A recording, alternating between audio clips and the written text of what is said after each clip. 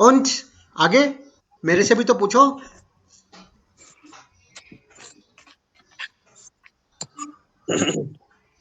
मुझसे कैसे पूछोगे, मुझसे भी तो पूछो।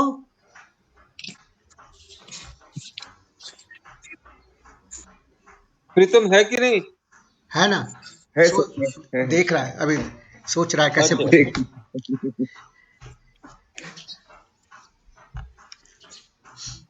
तो प्रीतम तुम भी ऐसे पूछ सकते हैं, उन Mir gets good sir. Und wie geht es dir? Und wie geht es उन dir? उन वी गेटेस डियर।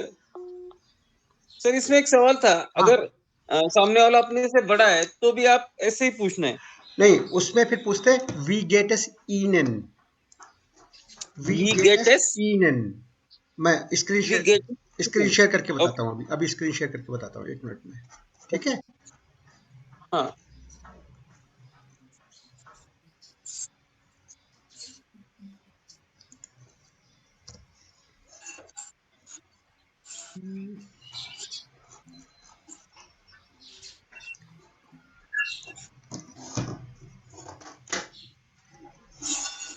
विजया तो शायद ज्वाइन नहीं करेगी, हेमा उठा नहीं रही है फोन, पता नहीं। So we will start. Okay okay, sure sir. हाँ, just just keep a second.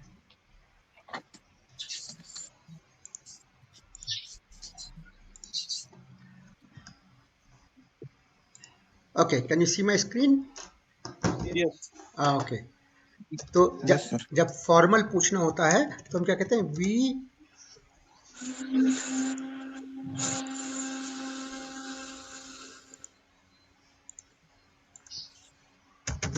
Gate एस ihnen। ओके ओके, इन हाँ, आप कैसे वी हैं, गेटेस इन ओके तुम कैसे हो, और आप कैसे हैं।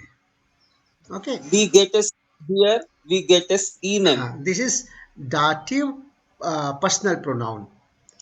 देखिए, ओके इश तो पर्सनल प्रोनाउन है, हाँ और इश डू पर्सनल प्रोनाउन है, एयर, हाँ एस, जी, ये सारे पर्सनल प्रोनाउन है, राइट?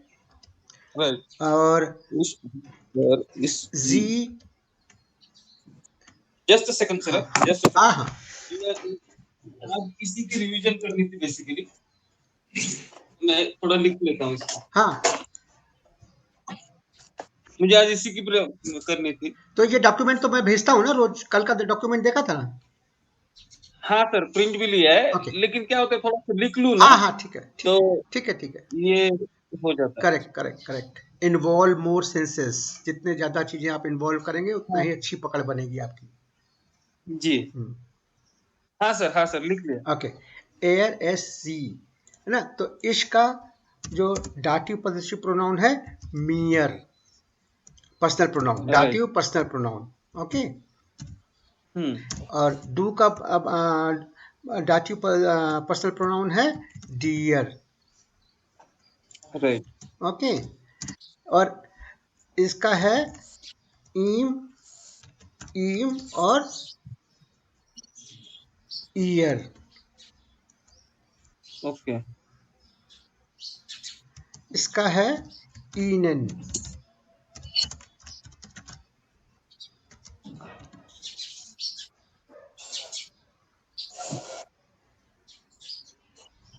Okay, right sir.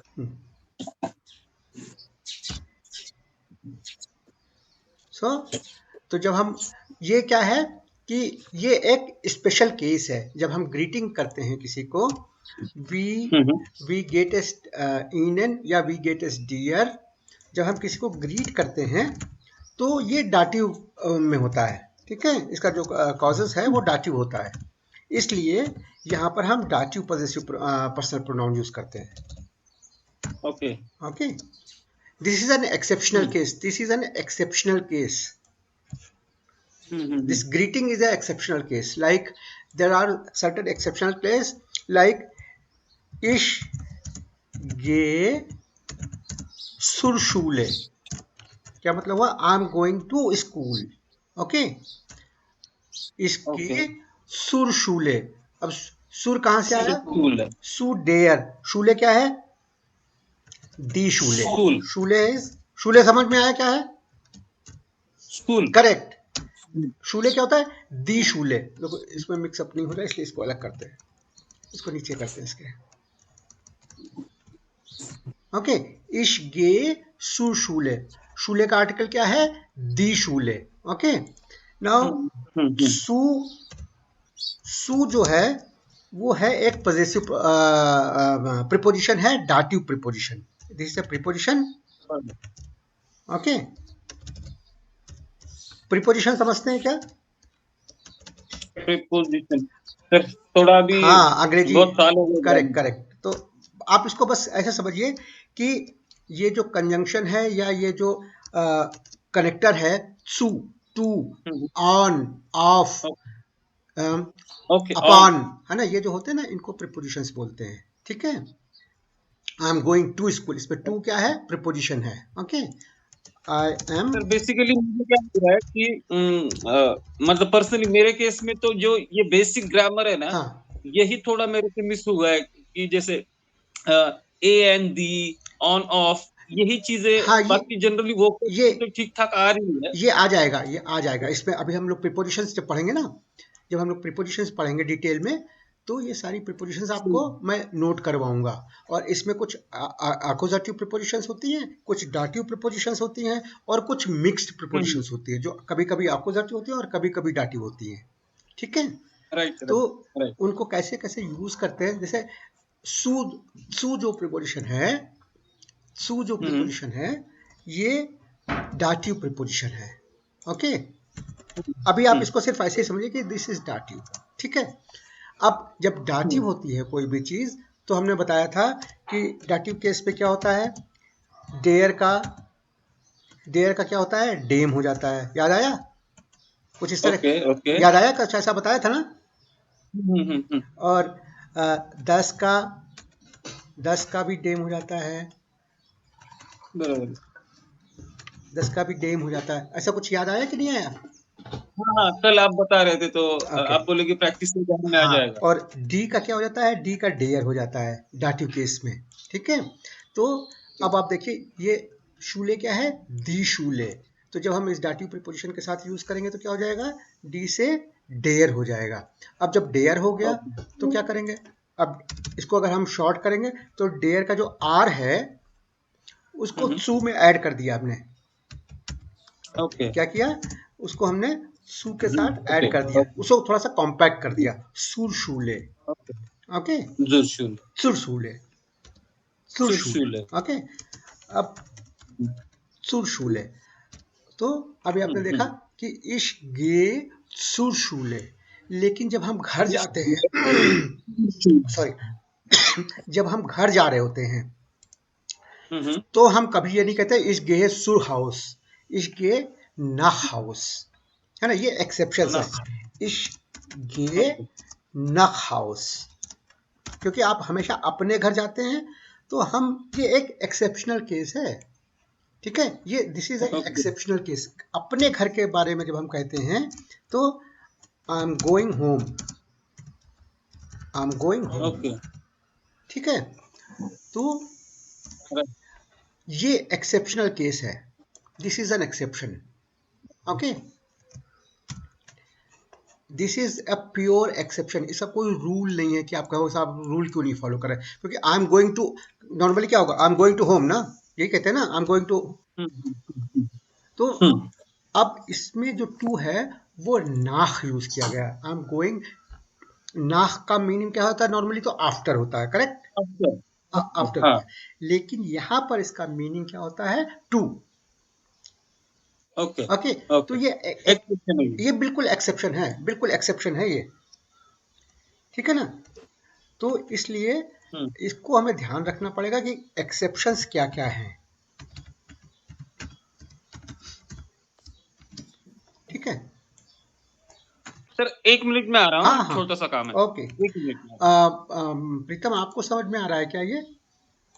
आ रहा है सर, समझ में आ रहा है। है ना, तो ये एकदम एक्सेप्शन है। क्यों नहीं आ रहे, ज्वाइन कर रहे हैं?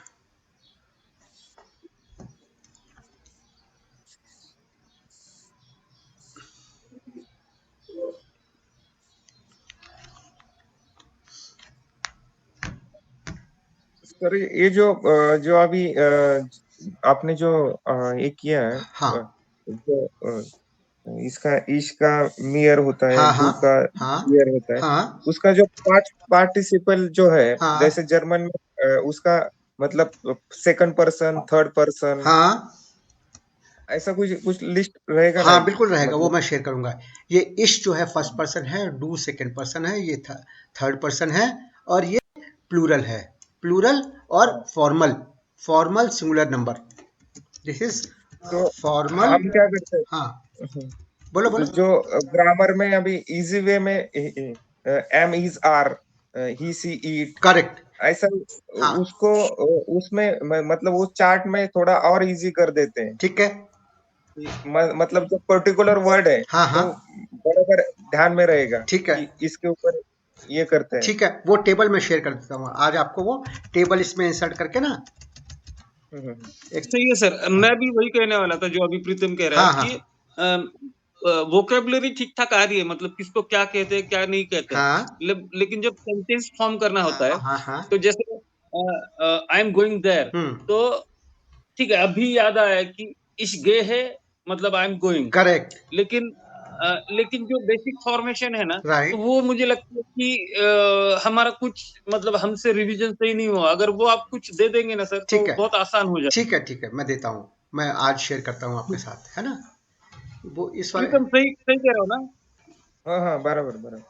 कि वर्ड्स ठीक ठाक ध्यान आ रहे हैं, हाँ हाँ लेकिन जो सेंटेंस फॉर्मेशन है ना, राइट।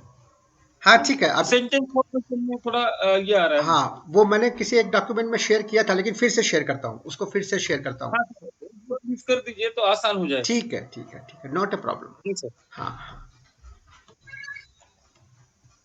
तो ये अकुजाटिव डाटिव की टेबल, आपको पर्सनल प्रोनाउन की table, personal pronoun,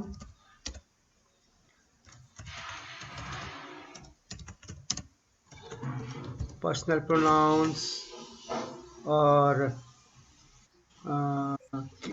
genus, this is called genus, और causus, this is causus।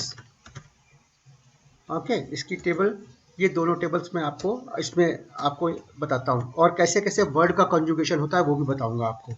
ठीक है ओके सर। ओके। तो लेट अस क्विकली, ये हमने कल पढ़ा था, वोन ऑट, वो वोन्स टू, है ना, याद है, ये सब तो हम लोग पढ़ चुके हैं ना। Yes sir. वो वोन्स टू, रिपीट करो भाई मेरे साथ। वो ऑन्स डू, वो नहीं है, वो ऑन्स, वो वाह, वहां, वहां पर। वो हाँ वो ऑन्स, वो वोन्स टू, वो वो ऑन्स वो डू, हाँ वो लेप्स टू, वो लेफ्ट डू, वो वो लेप्स टू, वो लेफ्ट डू, वो वो लेफ्ट डू, वो वोंट ईयर, लेफ्ट वो वो ऑन्स, वो ऑन इन ईयर, वो ईयर, लेफ्ट ईयर, वो वो लेफ्ट लेफ्ट ईयर, वो ईयर, wohnen sie, वो वो होनेन बोनेन जी, जी, वो leben sie, वो वो लेबन जी, लेवेन वो जी, liegt Berlin, वो वो लिट लिख बर्लिन, वो बर्लिन, liegt die Stadt, वो वो लिट लिख द स्टार्ट, स्टार्ट, वो liegt das Dorf, वो लिट वो लिख द ऑफ डॉर्फ बताया था ना कल, village. Village, correct village. Correct correct, very good. Okay वो liegt das, कोई भी सामान जैसे पूछा ना, वो कहाँ रखा है, जनरल, है ओके ना, वो कहाँ रखा है, पढ़ा है, हाँ हाँ वो वो किधर रखा कहाँ है, पढ़ा है हम लोग। हाँ मेरा मेरा ब्रीफ केस, तो जैसे अपने मेरे कागज कहाँ गए, वो जिंद मायने पपियर है, वो जिंद, वो लीगन मायने पपियर है, मेरे पेपर कहाँ पड़े हैं, ओके है ना। ओके तो कैसे कैसे, वो लीगन मायने पपियर है, मेरे पेपर्स कहाँ हैं, वो लीगन मायने पपीर है। हाँ वो लीगन मायने पपियर है, वो लीगन मायने पपियर है, क्वेश्चन, वो वो लीगन लीगन, वो एनीथिंग स्टार्टिंग विद डब्ल्यू, वो, वी, वास, वेयर, वान आर इंटरोगेटिव वर्ड्स, वो, वी, was, where, वान, वोहीन, वोहेर, वोहेर, वारूम. Okay, these are called interrogative words, right? वो का मतलब क्या है? कहाँ. वो से है ना, वो ने जी, कहाँ रहते हैं आप? We get a steer, correct? Right. Was machen Sie, आप क्या कर रहे हैं? Was का मतलब है what are you doing, क्या कर रहे हैं? Okay. Where sind Was Sie? Was machen Sie? Was machen Sie? Was machen Sie? Was machst du? तुम क्या कर रहे हो? Right? Where sind Sie? Where sind Sie? आप कौन हैं? आप कौन हैं? ओके. ओके, आप कौन हैं? वान कॉमन जी, कल पढ़ा था ना, वान कम्स टू, वान कम्स डू. तुम कब आओगे? तुम कब आओगे?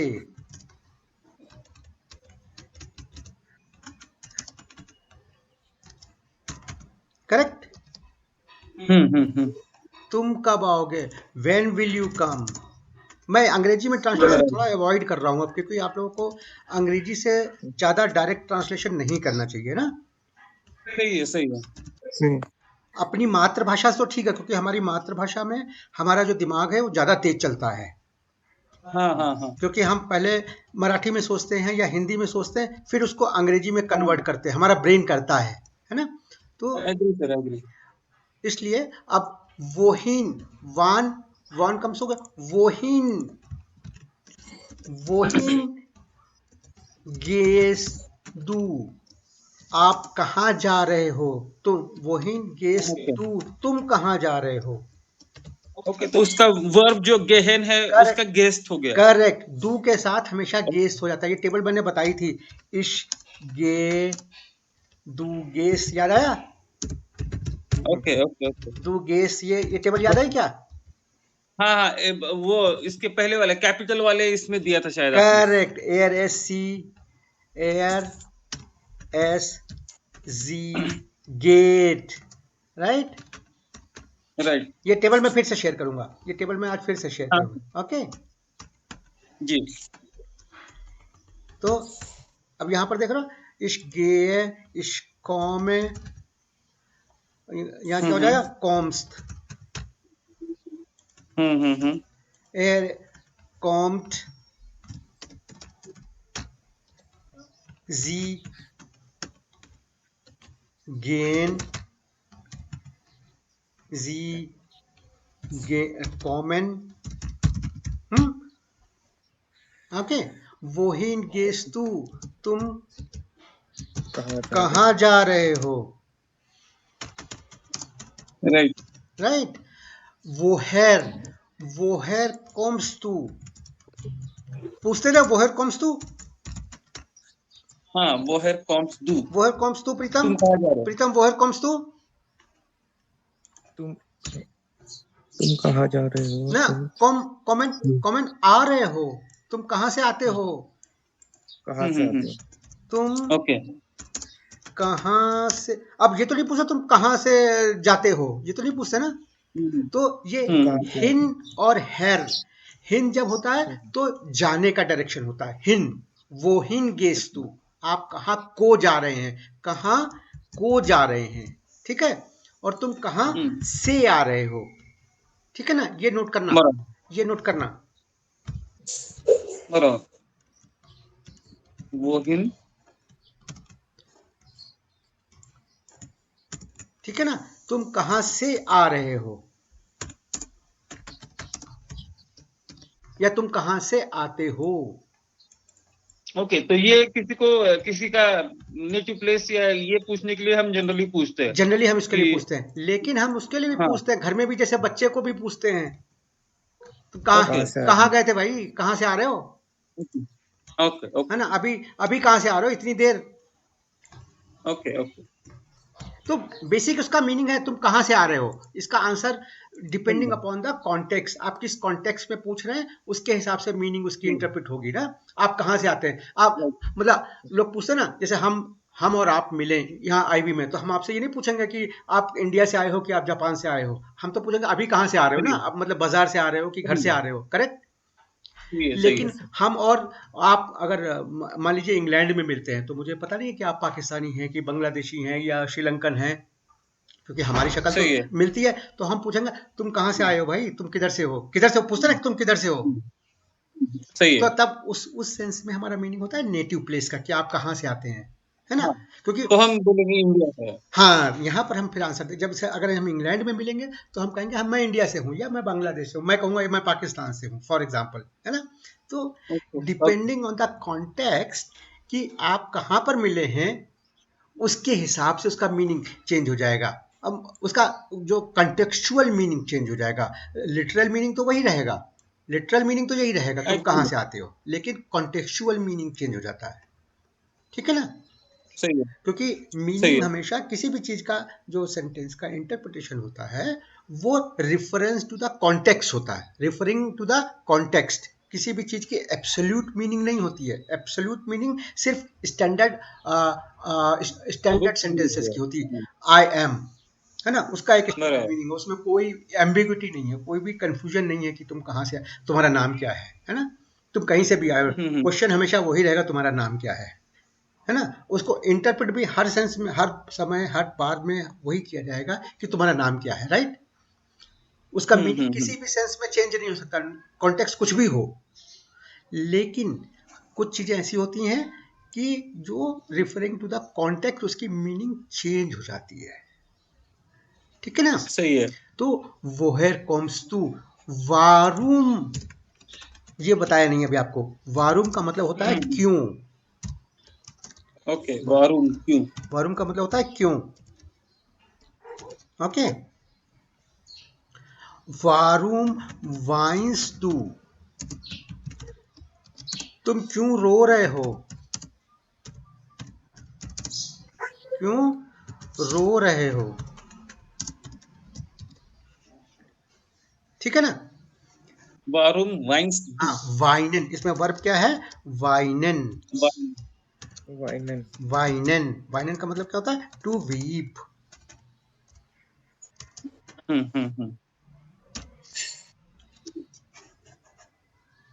वाइनन, वाइनन का मतलब क्या है, टू वीप और टू क्राई, ठीक है ना। तो वारूम वाइंस टू, इसका दूसरा सेंटेंस क्या बनेगा, वारूम वाइंट जी, वारून वाइंट जी। हाँ, वो क्यों रो रही है, ये फेमिनिन है ना, जी। ही शी इट, याद आया ना, ही शी इट, एयर एस सी। तो वारूम वाइंट जी, वो क्यों रो रही है। और इसका सर मैस्कुलिन कैसे होगा, वारूम वाइंट जी का। हाँ, अभी बताता हूँ, वो रो क्यों रही है, क्यों रही है, ओके। अब इसका मैस्कुलिन क्या होगा, वारूम वाइंट एयर, एयर, ओके ओके ओके, है ना, यही तो था, एयर एस सी, ओके, बताए ना, एयर एस जी पर्सनल, ओके ओके, एयर एस जी पर्सनल ही होता है। शी इट, ये है ना, he it and she, okay okay, एक ही सेकंड से, हाँ, एक ही ये है ना, ही शी इट। हाँ सर, मैं इसी चीज को थोड़ा सा मिस कर गया, तो इसीलिए सेंटेंस फॉर्मेशन में इश्यू आ रहा था। कोई बात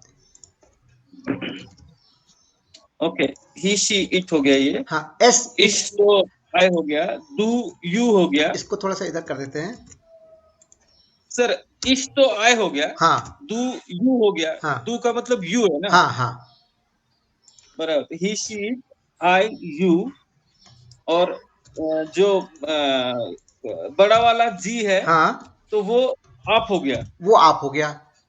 और बराबर, छोटा वाला जी तो ये तो हो गया फेमिनिन, और एक ये छोटा जी फेमिनिन। होता है वो तो है they. Okay okay. Okay, hmm. तो वो कंटेक्स्ट के ऊपर करेक्ट। चेंज हो गया। वो वर्ब कैसे यूज हुई है उससे देखिए, वो है कॉमन जी। आप, और जब हम वो है कॉमन जी, सॉरी एक मिनट, जब हम जी लिखेंगे कैपिटल एस में लिखेंगे तो आपके लिए लिखेंगे, हम्म, ठीक है, देखो। सही सही सही लेकिन है। जब हम प्लूरल पूछेंगे तो हम पूछेंगे वो है कॉमन जी, वो है, कैसे लिखेंगे इसको, कॉमन। वो है कॉमन जी। आप सब लोग कहां से आ रहे हैं, ठीक है ना, समझ में आया ना, राइट। ये जी का मतलब क्या है, दे, they, या आप सब लोग, थर्ड पर्सन। जैसे कोई हमारे घर में आ गया, 3 4 लोग 5 लोग आ गए, तो हम पूछेंगे ना आप लोग किधर से आ रहे हो भाई, तुम लोग किधर से आ रहे हो, इतने सारे लोग। सही है। तो ये थर्ड पर्सन प्लूरल है, this is third person plural. ले आज ओके। ये देखो, ये लड़की के लिए है, ये फेमिनिन है ना, वो रो क्यों रही है ना, वर्ड से पता लगा ना, ओके। रही है, रहा है, रही रहा है और रही है। इसी तरह जर्मन में भी है। पता लग रहा है ना आपको, वारूम वाइंट जी, वारूम वो क्यों रो रहा है, ठीक है ना, यहाँ, वारुण वाइन। ठीक है। और yes, there. वो है कॉमन जी, आप सब लोग कहाँ से आ रहे हैं, इसी को देखो, इसी को करते हैं, वारूम Wines, वाइंट see, ईयर, yeah. आप सब लोग क्यों रो रहे हैं, बराबर। ठीक है ना। हम्म। ये सेकंड पर्सन प्लूरल है, ये जैसे 2 लोग रो रहे हैं, सेकंड पर्सन, तुम और तुम, Mhm. 2 लोग बराबर। हैं, ठीक है। सेकंड पर्सन जो हमारे सामने खड़े हुए हैं, जैसे होता है ना, फर्स्ट पर्सन कैसे यूज करते हैं, सेकंड पर्सन कैसे यूज करते हैं, फर्स्ट पर्सन में हम हम्म अपने बारे में बात करते हैं, सेकंड पर्सन में जो हमारे इमीडिएट हैं, तुम जो सामने खड़ा है हमारे, और दे का मतलब है they are little bit behind, they are little bit far off, है ना। तो हम्म। जब हम उसके बाद वारूम वाइंट ईयर, अगर 2 लोग, मेरे बेटा बेटी दोनों खड़े होकर रोने लगे, तो मैं क्या पूछूंगा, वारूम वाइंट ईयर देन, क्योंकि हम दोनों से अलग ओके। अलग तो नहीं पूछेंगे कि वारूम वाइंस टू एंड वारूम वाइंस जी, करेक्ट ना। बराबर है। तो हम Barabar. उन बराबर। दोनों से पूछेंगे कि आप दोनों क्यों रो रहे हैं, तो इसका मतलब क्या है, आप दोनों क्यों रो रहे हैं, ओके। Yes, sir. सही है सर।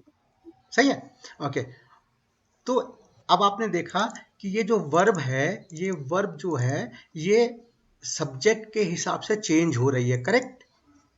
सही है। ये सब्जेक्ट के Mm. हिसाब से चेंज, उसका जो इंक्लिनेशन है या जो एंडिंग है, दिस इज कॉल्ड एंडिंग, है ना, this is called hmm conjugation, this what is it is called, it is called conjugation, this hmm. Is called conjugation of verbs, okay.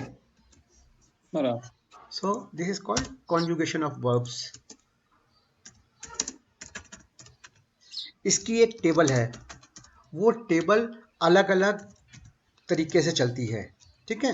कुछ वर्ब्स उसमें, अब समस्या क्या है, समस्या है कुछ वर्ब्स डाटिव होती हैं, देयर आर डाटिव वर्ब्स, ठीक है, dative verbs, there are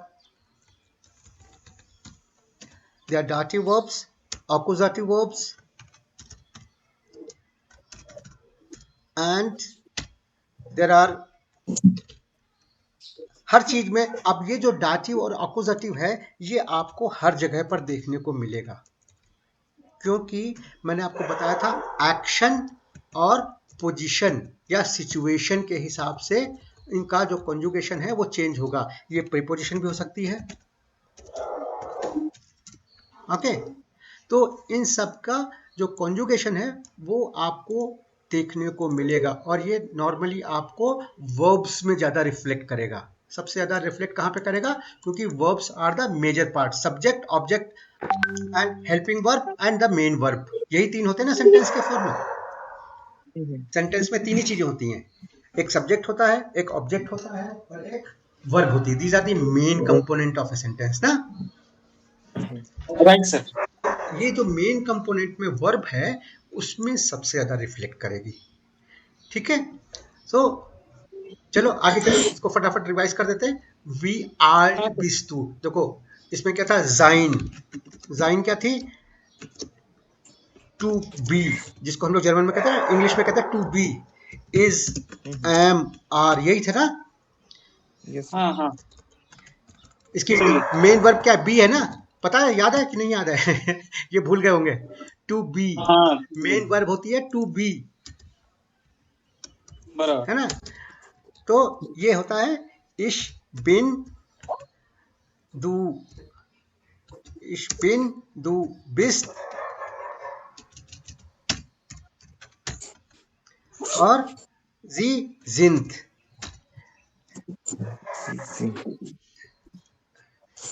first person, second person, third person, और ईयर जाइड।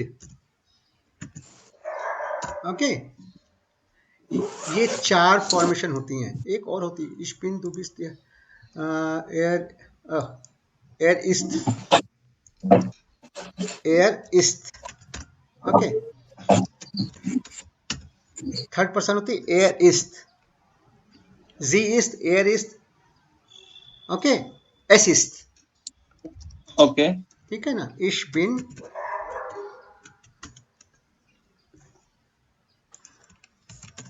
आई एम है ना वो? हाँ आई एम, तू बिस्ट, यू आर। हाँ करेक्ट।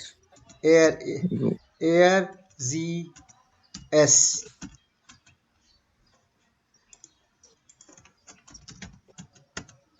जी जिंद, ईयर जाइड। ठीक है, एक सेकंड है सर। हाँ एयर जी एस, तो ये किसके लिए यूज करेंगे? एयर जी और S. He sheet, he she it, right. He she it. ठीक है, ही शी इट, राइट, अभी डिस्कस किया था। You, right. आई, ये दूसरा वाला जी है वो आपके लिए, जो बड़ा वाला जी है। हाँ, सही है। और एयर ये जी जी, प्लूरल। ये जी, इसको अगर थोड़ा सा ऐसे कर दें तो ये प्लूरल के लिए भी ये यूज होता है। हाँ हाँ। आप और आप सब। हम्म। ठीक है, और ये एयर है, ये भी प्लूरल के लिए यूज ये होता है। सेकंड पर्सन प्लूरल है, दू, दू के साथ का प्लूरल है। Okay okay. This is second person plural.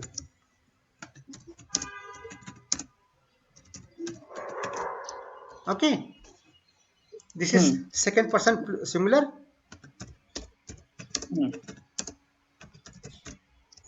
या बराबर, सेकंड पर्सन सिंगल, सही। ये this is all third person singular, this is all third person singular, and this is formal and third person plural. Right. Formal oblique third person plural. Okay, सही है। ये share करने वाले हैं ना sir? हाँ हाँ बिल्कुल बिल्कुल शेयर करेंगे। ठीक। आपके लिए ये डॉक्यूमेंट तो मैं रोज अपलोड करता हूँ ना, जो भी लिखता हूँ उसमें। हाँ सर, हाँ सर। है ना? तो इश बिन दू बिस्ट, ठीक है, इश बिन दू बिस्ट, एयर जी एस इस्ट, जी जिंद, ईयर जाइड। ओके, ये हमको याद रखना पड़ेगा, ये हमको याद रखना पड़ेगा। ठीक है ना? बराबर। देखो, वान इस्ट दाइन गेबुस्ताग, वान इस्ट दाइन वन इज दाइन गेबुस्ताग। Dein गेबुस्ताग। Geburtstag. गेबुस्ताग मतलब birthday. Correct, very good, very nice. वान इज दाइन गेबुस्ताग हाँ, मतलब तुम्हारा बर्थडे कब है। करेक्ट। ओके। वाइन इज वान वान One वान इज is इज एयर गेबुस्ताग, तो ये ऑयर, आपका बर्थडे कब है। ऑयर, ऑयर ऑयर हाँ, वान इज ऑयर ऑयर क्या है? गेबुस्ताग। ऑयर क्या है? ऑयर is personal pronoun plural, personal okay, तो ये प्रोनाउन। आपके लिए use करेंगे किसी अपने से बड़े के लिए। हाँ, नहीं, अपने से बड़े के लिए, प्लूरल के लिए, प्लूरल भी है, पर्सनल प्रोनाउन अच्छा, प्लूरल। Plural plural okay. तो वन इज ऑयर जैसे तुम सबका बर्थडे कब है, लाइन से क्लास में तुम्हारा बर्थडे कब है। ओके, तो ये दाइन सिंगुलर है, तो ऑयर प्लूरल है, पर्सनल प्लूरल है। प्लूरल भी है। ओके, हाँ, प्लूरल है। और वान इज ईयर गेबुस्ताग। तो ईयर तो सर अपना प्लूरल बात हुआ था ना, ईयर हाँ, second person plural. Second person plural. हाँ, और ये है फॉर्मल, वान हाबेन जी गेबुस्ताग, ये है आपका बर्थडे कब है। वान haben Sie Geburtstag? one haben वन Sie हास्ट टू Geburtstag. गेबुस्ताग, वन हाफ ईयर गेबुस्ताग, आप लोगों का सेकंड पर्सन प्लूरल, वन हाबेन जी गेबुस्ताग फॉर्मल। ओके, डू के 3 फॉर्म है ना, डू के 3 फॉर्म है, एक तो है इनफॉर्मल, राइट, एक है ईयर, बराबर है। ठीक है, ये है प्लूरल। और इसी तरह जी, जिसका जो फॉर्मल है वो जी ये है, इसका फॉर्मल जी ये है, सेकंड पर्सन फॉर्मल जी है, बराबर, ठीक है। Agree sir. इसको कहें और इसी में अगर हम कहें तो it is also second person formal. Okay, is it more clear now? Right, Yes. ये फॉर्मल सेकंड पर्सन भी है और थर्ड पर्सन प्लूरल भी है ना। ये जी थर्ड पर्सन प्लूरल है और ये सेकंड पर्सन फॉर्मल है, ठीक है। ये क्लियर हुआ क्या? Yes. Sir. लो, इसको मैंने कलर कोड कर दिया, ठीक है। तो अब आप देखें, वान und wo bist du geboren, वान und wo bist du geboren, आप कहाँ, कब और कहाँ पैदा हुए। कब, वान, वान व्हेन, व्हेन आप कब और कहाँ पैदा हुए हैं। वान und wo bist du Und geboren। bist पढ़ो geboren. पढ़ो भाई, साथ में पढ़ते जाओ तो अच्छा Und रहेगा। wo bist वो इसको ऐसे पढ़ेंगे वान, इसको ओ नहीं पढ़ेंगे, ठीक है, वान, one है ना। वान हाँ, वान वान, उन वो बिस्दु one हाँ, वान उन वो बिस्दु गेबोरेन। वो पढ़ो ना इसको, वो प्रीतम, वान वान one उन वो बिस्दु गेबोरेन। one und wo bist अरे geboren. ये ओ नहीं है भाई, ये ओ नहीं है, वो Wo ये ओ नहीं वो है, वो है। इसमें वो इसमें और इसमें फर्क समझ में आ रहा है दोनों में? तो वो क्या प्रीतम, Hmm. क्या है, ये क्या है, इसको पढ़ो। O और ये क्या है? O want नहीं und नहीं, इसको पढ़ो, इसको wo पढ़ो, ना ना ना, इसको bist पढ़ो, जो मैंने हाईलाइट किया उसको पढ़ो। O ये सिर्फ O ये नहीं नहीं नहीं, दो चीजें हैं, एक है लाल में, एक है रेड में। Hmm. ब्लैक वाला पढ़ो। प्रीतम हम्म, वह बोलते हैं ना, वह तो वो है वो, और वो ये ओ है। वह और ओ, ये फर्क सर समझा रहे हैं। तो वो जो वो को ओ पढ़ रहे हो ना, तो वो डब्ल्यू की जगह वो सिर्फ वी पढ़ो, तो वो हो जाएगा। वान उन वो दिस दू गेबोरेन।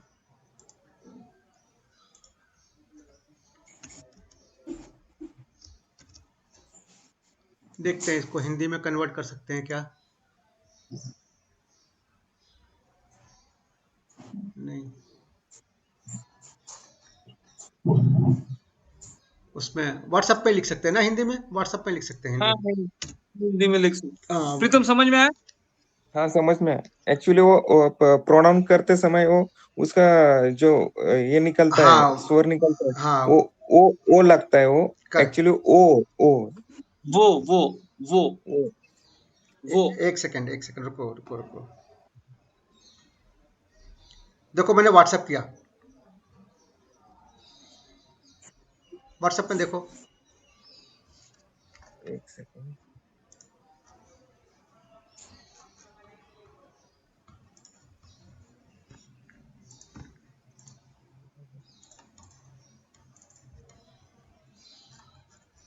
इसलिए क्या क्यों नहीं? जर्मन वर्जन में तो है।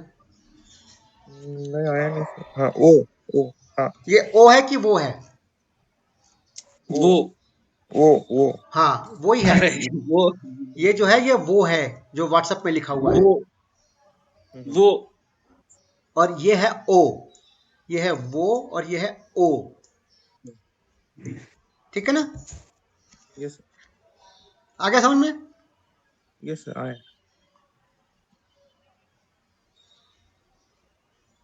देखो ये देखो, दो शब्द मैंने तो दो अल्फाबेट्स तुमको वो किए लिख के।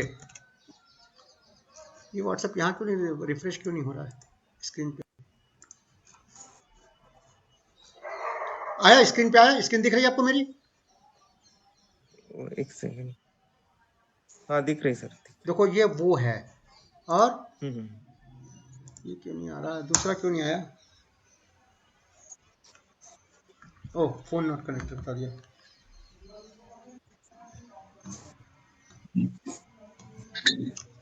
खैर, अभी समझ में आया कि नहीं आया आपको? आ जाएगा, ये आ गया ना? अभी देखो स्क्रीन पे देखो मेरे, ओ और वो। ठीक है ना? Yes sir.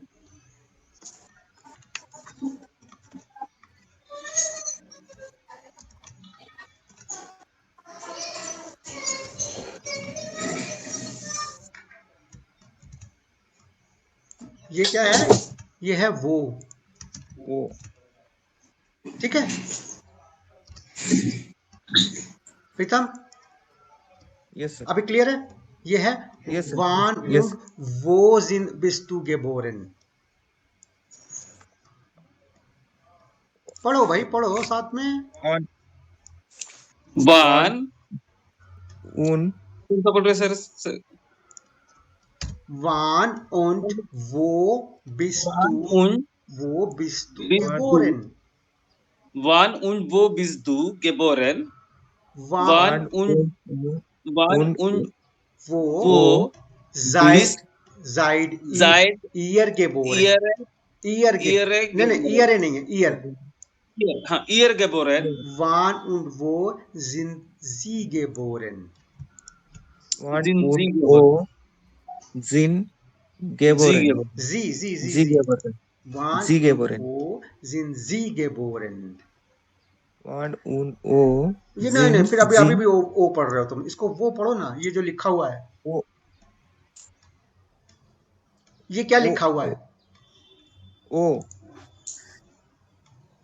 ओ अरे वो विक्रम सा वो। हाँ, विक्रम चौवा। ऍक्च्युली मी ते बोलताना ते ओच हे होते अभी ते सही बोला, ओ अभी सही बोला था। ओ ओ ठीक है, आ जाएगा आ जाएगा, कोई बात नहीं, वो अभी कॉन्शियस हो रहा है, कोई बात नहीं, ठीक है। हाँ, हाँ, कॉन्शियस हो गया ना, इसकी वजह से नहीं हो रहा है वो। ठीक है। फमीलियन स्टैंड, फमीलिये और किंडर। फैमिलिये किंडर, किंडर किंडर क्या है? बच्चे। करेक्ट, बच्चे चिल्ड्रन। किंडर बार आया बच्चे ही लिखे हैं यार, क्या अंग्रेजी में लिख रहे हैं? हाँ ठीक है ना। Right sir. परिवार, ठीक है ना।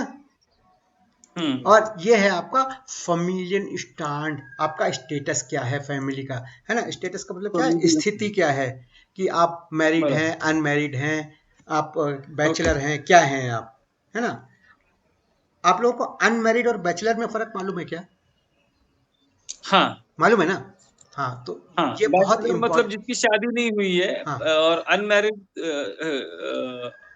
तो अच्छा कुछ वो है। कंफ्यूजन है, हाँ, मतलब उसमें से एक कोई डिवोर्स्ड है, एक कोई जिसकी शादी नहीं हुई। नहीं नहीं, दो चीजें हैं। अनमैरिड का मतलब है आपकी शादी नहीं हुई है, लेकिन राइट। आप बैचलर हो ये जरूरी नहीं है, आप किसी के ओके साथ भी रह सकते हैं। बैचलर का मतलब होता ओके है जो अकेले रहता हो। ओके ओके, ये है फर्क। ओके। हाँ, तो मतलब बैचलर का फैमिली समझ उसका। दूसरी जगह पे है और वो यहाँ पे रह रहे हैं तो बैचलर है। As he is living as a bachelor ना। अब बोलते हैं ना बैचलर अपार्टमेंट, आपका परिवार पीछे छोड़ के आप यहाँ तो बैचलर अपार्टमेंट में रहते हो ना, करेक्ट ना। एग्री। हाँ, तो सिंगल, अच्छा, सिंगल का मतलब क्या है कि सिंगल का मतलब भी अकेले है, एलोन, वन, ओके ठीक है। इसका सही है। इसका मतलब है कि आपकी शादी भी नहीं हुई है और आप रहते भी अकेले हो, ओके सिंगल। ओके, इसका मतलब you are not in relationship with anybody. Single का मतलब आप रहते अकेले हो and you are not in relationship with anybody. Okay, बराबर।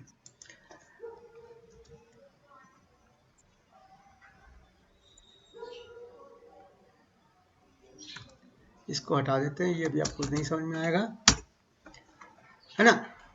वी इस ईयर फैमिलियन स्टैंड, आप क्या हैं, लेडीज हैं, सिंगल हैं, लेडीज, सिंगल, ये देखो लिखो लिखा है, बिस टू लेडीज order for heiratet, ladies order for heiratet, repeat please, पर हायरार्की, bis to, पर हायरार्की।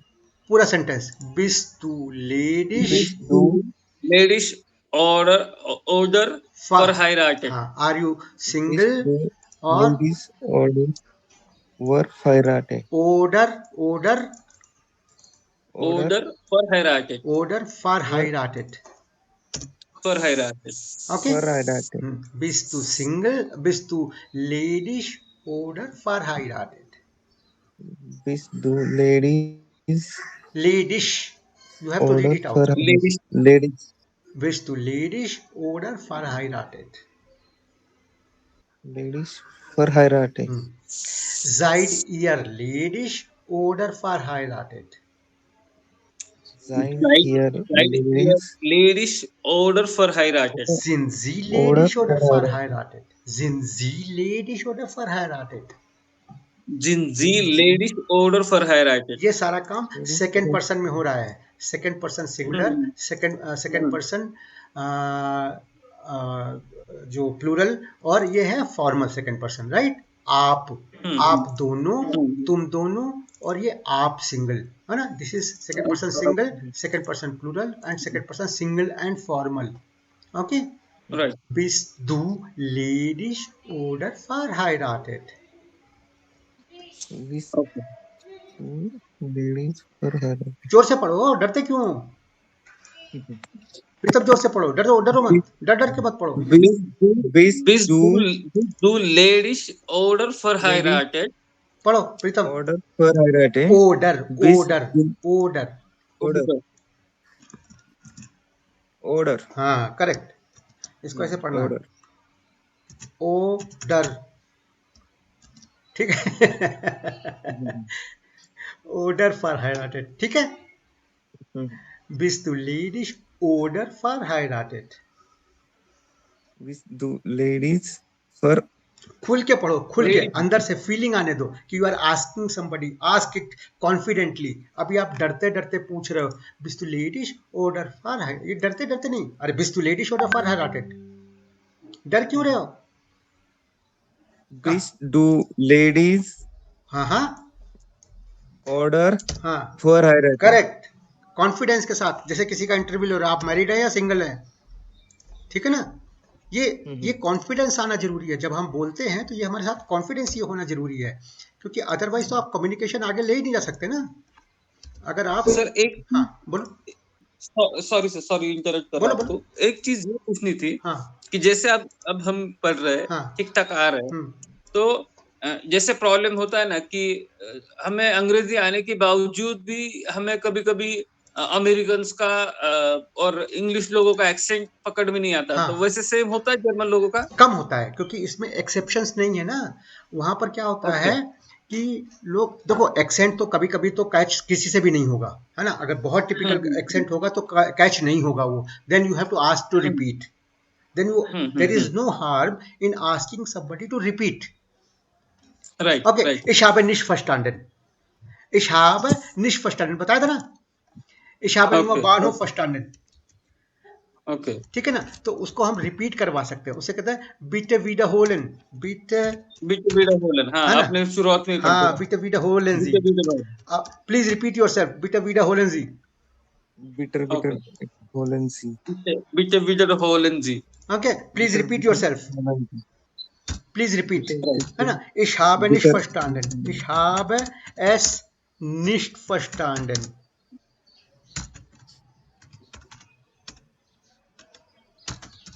है ना, ich habe es nicht, इसका क्या है? अरे एस एस एस बताओ क्या है? एस तो ये हो गया जो टी शीट का। करेक्ट, तो ये इट है ना, I did not understand it, okay okay ich habe es nicht verstanden, I did not understand it, okay. और ये फर्स्टैंड मतलब अंडरस्टैंड? करेक्ट, फर्स्टैंड का मतलब था समझना, है ना, okay I did not understand, sorry, ये तो आप लोग कर चुके ना। Okay, I have not understood it, हाँ इंग्लिश में करेंगे, हाँ और मैं इसे समझ नहीं पाया हिंदी में। हाँ, bitte wiederholen Sie, okay bitte wiederholen Sie, okay है ना, प्लीज रिपीट।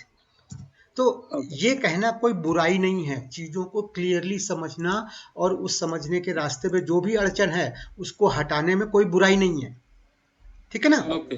क्योंकि भाई अगर आपको चीज समझ में नहीं आई तो आप उस पर एक्शन कैसे करोगे, ठीक है ना, हम पूछते हैं ना, सर क्या कहा, फिर से जरा प्लीज रिपीट, कहते हैं ना जी। तो इसलिए ये रिपीटिशन करवाना किसी से कोई गलत चीज नहीं है। तो इसी तरह हम अंग्रेजों को भी, हम भी करते थे, हम भी करते हैं, आज भी करते हैं, भाई नहीं समझ में आया, बॉस को करते हैं ना, कभी फोन पे कोई बात नहीं समझ में आती है तो पूछते हैं ना उसको, जरा फिर से बताइएगा इसको, या ट्राई टू एक्सप्लेन दिस, कहते हैं ना, कैन यू आप मेरे को ये एक्सप्लेन कर सकते हैं क्या, please explain this to me once again, कहते हैं ना। बराबर। तो इसी तरह से किसी भी चीज को रिपीट कराना या उससे कहना कि I have not understood it, ये कोई कमजोरी नहीं है, ये कमजोरी नहीं है, इट इज योर, आपकी इच्छा है, आपकी विल पावर है कि आप उसको ठीक से समझना चाहते हैं, है ना। गड़बड़ कहाँ होती है, जब हम शर्म की वजह से या किसी वजह से कि लोग क्या कहेंगे, कहेंगे इसको समझ में नहीं आया, इसकी वजह से नहीं पूछते हैं और फिर गलती करते हैं, राइट, वो ज्यादा गलत है, बजाय इसके कि आप उसी समय उसको पूछे कि भाई मुझे समझ में नहीं आया, है ना। आप लोग, अरे आप तो अकाउंटेंट है, अगर आपको कोई एंट्री समझ में नहीं आ रही तो आप फोन करते हैं ना उसके अकाउंटेंट को कि ये एंट्री क्यों की है, हाँ। वो एक्सप्लेन करता है, नहीं यार ये समझ में नहीं आ रहा, फिर से बताओ, बोलते हैं ना उसको। तो उसमें कोई बुराई थोड़ी है, लेकिन अगर वो आपने नहीं पूछा और उसकी वजह से आपने गलत किसी चीज पे साइन कर दिए, देन यू आर रिस्पॉन्सिबल ना। तो इसी तरह किसी भी कन्वर्सेशन में आप ही रिस्पॉन्सिबल हैं, आप ही रिस्पॉन्सिबल हैं कि अगर आपने कोई चीज सुनी और उसको एक्सेप्ट कर लिया, then that means you are responsible for it, right. किसी ने कहा आपसे चाय बना लाओ, अब आपने चाय बनाई, चाय में चीनी आपने 3 चम्मच डाल दी, लेकिन आपने उससे पूछा नहीं कि उसको डायबिटीज है कि नहीं है, वो बिना शुगर की चाय पिएगा या शुगर की चाय पिएगा, ये आपने पूछा नहीं, तो कौन रिस्पॉन्सिबल हुआ, आप ही रिस्पॉन्सिबल हुआ, क्योंकि you did not clarify the thing, you did not understand the thing completely. उसने कहा चाय ले आओ, आपने नहीं पूछा आपको शुगर के साथ चाय चाहिए या दूध के साथ चाहिए, बहुत से लोग दूध के साथ चाय नहीं पीते हैं, जर्मनी में बहुत सारे लोग दूध के साथ चाय नहीं पीते हैं, ब्लैक टी पीते हैं। तो अब जर्मनी में सब लोग पूछते हैं you want sugar, you want milk, तो पूछते हैं, बाकायदा पूछते हैं। हम लोग यहाँ पर तो हम लोग एज्यूम करते थे कि चाय है तो दूध पड़ी होगी, चीनी पड़ी होगी, अदरक पड़ी होगी। सही लेकिन है। जर्मनी में कॉफी भी दूध और चीनी और कॉफी अलग दी जाती है, कि जिसको जितनी बराबर। जरूरत है वो उसके हिसाब से ले। और पूछते, अगर आप मिक्स करने जा रहे हैं तो पूछते हैं पहले, you want tea with sugar, you want tea with milk, और you want tea with lemon. Okay, वहां पे इंग्लिश कितनी चलती है सर जनरली जर्मनी में? 0। अच्छा, 0। 0। Okay okay okay. देखो ऑफिस में तो बहुत सारे लोगों को आ जाती है क्योंकि काम करना पड़ता है उनको, लेकिन सड़क पे किसको जरूरत है? जो बराबर है। दुकानदार है उसको तो अंग्रेजी की जरूरत नहीं है। सही है। दुकानदार को तो अपना सामान बेचना है, उसने अगर आपने डॉक्टर के पास जाना है तो डॉक्टर को बीमारी तो आपने बतानी है ना, है बराबर। ना। डॉक्टर को तो क्या करना है आपसे, कोई आप डॉक्टर से आपका कोई लेना देना नहीं है, ठीक है ना। तो आपको अपनी अपनी समस्या जिसके पास लेके जाओगे तो आपको उसकी भाषा में उसको एक्सप्लेन करना पड़ेगा, क्योंकि जिससे कि उसको समझ में आए। तो इन जनरल मतलब आप व्यवहार के लिए जितनी भी यूज करते हो तो वो जर्मन ही आनी चाहिए आपको। Correct, very correct. जितनी भी आपके व्यवहार में इस्तेमाल होने वाले शब्द हैं, वो भाषा है वो जर्मन ही होती है।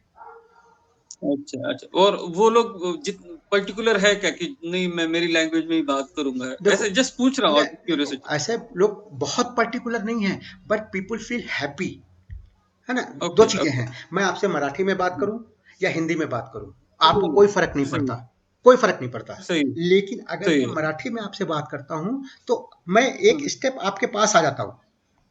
एग्री एग्री, वो तो यूनिवर्सल है, आप कहीं पे भी जाओ आप लोकल लैंग्वेज में बात करोगे तो सेम थोड़ा थिंग, अच्छा। Same thing, same thing, same thing. सही। Okay okay. अब जैसे मैं बाजार जाता हूँ, लेकिन जैसे मैं बाजार जाता हूँ तो वहां पर हाँ हाँ किसी हाँ, को मैं मराठी में कुछ पूछूं तो उसको बताने में आसानी होती है। बराबर बराबर। मैं हिंदी में पूछूं तो शायद उसको एक बार समझ में नहीं आए, सही है सही है। ठीक है ना। अब जैसे मैं एग्जांपल देता हूँ, सब्जी के लिए जैसे बैंगन है ना। बैंगन, अब बैंगन को मराठी में मुझे ध्यान नहीं इस समय क्या कहते हैं, जो भी कहते हैं। वांग हाँ, वांग। वांगर। तो अब उसका एक दूसरा नाम है। मैं किसी को पूछूं ये बैंगन कितने का है, तो हम्म। हो सकता है कि उसको फर्स्ट गो में समझ में ना आए।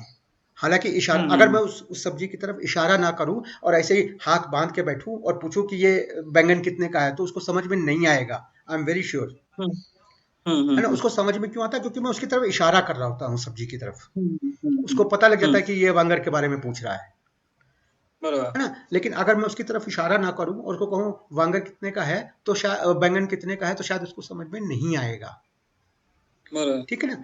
तो ये चीज अवॉइड करने के लिए, ये चीज को अवॉइड करने के लिए अच्छा क्या रहता है कि you always know the local words and local language, right. है ना।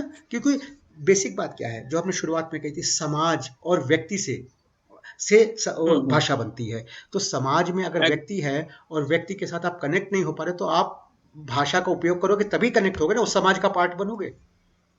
एग्री भाई एग्री। रिवर्स इक्वेशन भी तो ट्रू है, समाज प्लस व्यक्ति इज इक्वल टू भाषा। तो अगर समाज माइनस भाषा कर देंगे तो व्यक्ति बचेगा, खाली व्यक्ति अकेला बचेगा, समाज नहीं सही बचेगा है उसमें। या भाषा माइनस समाज कर देंगे तो खाली व्यक्ति बचेगा ना।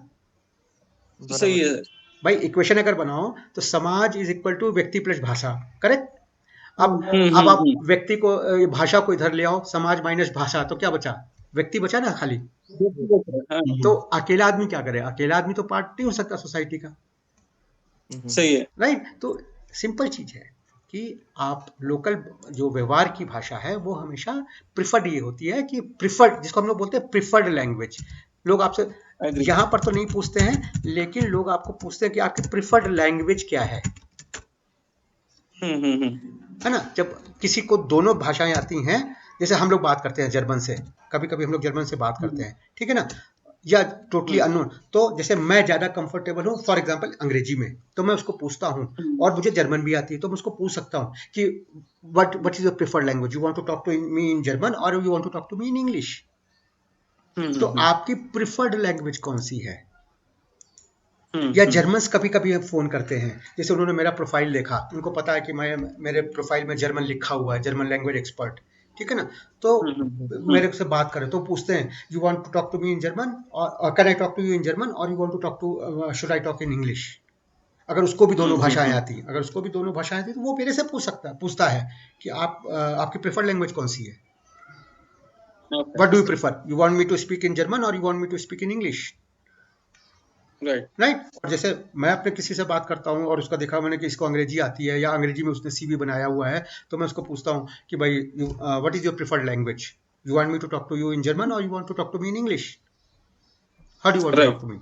ओके, तो ये और वहाँ पे जनरली खान पान का कैसा है, मतलब लोग जनरली नॉन वेज है कि वेज भी चलता है। देखो भाई ऐसा है, खाना पीना इज ए पर्सनल थिंग है ना, और सब लोग सब तरह की चीजें खाते हैं, हर जगह पे हर तरह के लोग मिलते हैं।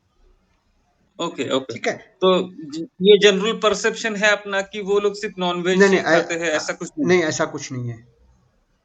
Okay, there is nothing like कि वो सिर्फ ऐसा करते हैं।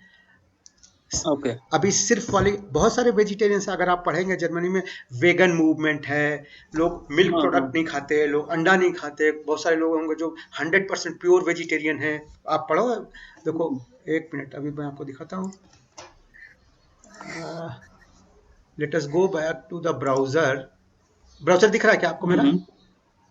हाँ अभी दिख रहा है। Okay, vegetarians in Germany. लेकिन सर उसके उधर जो एटमॉस्फेयर है उसके हिसाब से भी उनका खाना चेंज होता रहेगा ना। बताओ, अच्छा आप नॉन वेज खाते हो कि नहीं खाते हो? नहीं, मैं खाता हूँ, प्रीतम नहीं खाता है। क्यों खाते हैं आप? आपके हिसाब से मौसम यहाँ का ठीक नहीं है या बहुत ठंडा है जो आप नॉन वेज खाते हो? नहीं सर, वो तो आदत है। करेक्ट, जैसा आपका स्वभाव है, जैसा आपका स्वाद है। देखिए Germany is a leading vegan revolution in Europe. Okay okay देखिए जनवरी 13 2020 का पेपर है ये, बराबर है ना। तो इसका जर्मन मतलब फूड कल्चर वहाँ इज पे भी टर्निंग वो मोर वेगन। देखिए क्या लिखा हुआ है, 15% of worldwide 15% of worldwide vegan food and drink product launches occurred in Germany। 15% vegetarian food का जो लॉन्च हुआ है वो जर्मनी में हुआ है। पूरी दुनिया के 15% वेजिटेरियन फूड का। Ministry of agriculture and about 30% of population see availability of vegetarian and vegan food as very important. देख लीजिए। Okay okay, and 63% of German are trying to reduce their meat consumption, making the country one of the most vegetarian places in the world। Okay okay okay, ठीक है ना। देखो खाने पीने की habit again समय, समाज और स्थान के हिसाब से चेंज होती रहती हैं। सही है। जिस समय चीजें अवेलेबल नहीं थी, जहां पर चीजें अवेलेबल नहीं थी, एक जमाना था कि जर्मनी में चीजें से, अगर हम 1945 1950 की बात करें तो इंडिया से सब्जियां तो एक्सपोर्ट नहीं होती थी। अभी तो हम लोग जब जर्मनी में, तो हमको ताजे बैंगन मिलते थे, भिंडी हरी की हरी मिलती थी। ओके, क्योंकि हवाई जहाज से अगले दिन सब्जी पहुंच जाती है। ओके, है ना। ठीक है, महंगी मिलती थी लेकिन मिलती थी। अगर हमको जरूरत पड़े तो हमको बैंगन भी मिलता था, कटहल भी मिलता था और भिंडी भी मिलती थी। ओके, तो पहले चीजें अवेलेबल नहीं थी, इसलिए उसके हिसाब से हैबिट थी। समय के साथ चीजें बदली, लोग बदले, लोगों का सोचने का तरीका बदला। उनको लगा कि वेजिटेरियन खाना ज्यादा हेल्दी होता है, वेजिटेरियन खाने से वटएवर जो भी कारण रहे हों, है ना, हम ज्यादा पवित्र हो जाएंगे, या हम ज्यादा जो भी है पॉजिटिव थिंकिंग होगी, या हमारा जो हेल्थ है वो अच्छी हो जाएगी। तो उसके हिसाब से चीजें चेंज होती रहती हैं। और ठीक है, पहले भी शायद रहा होगा, लेकिन तब उनकी मजबूरी रही होगी कि चीजें है ही नहीं, तो मिलता। अभी आज की तारीख में we are living in a global village, है ना। तो अभी तो इंग्लैंड में भी सारी सब्जियां अवेलेबल हैं, गोभी भी है। गोभी से लगा के जितनी बढ़िया गोभी गाजर मैंने जर्मनी में खाई, फल जितने अच्छे जर्मनी में खाए उतने अच्छे फल तो मुझे कहीं दिखे नहीं।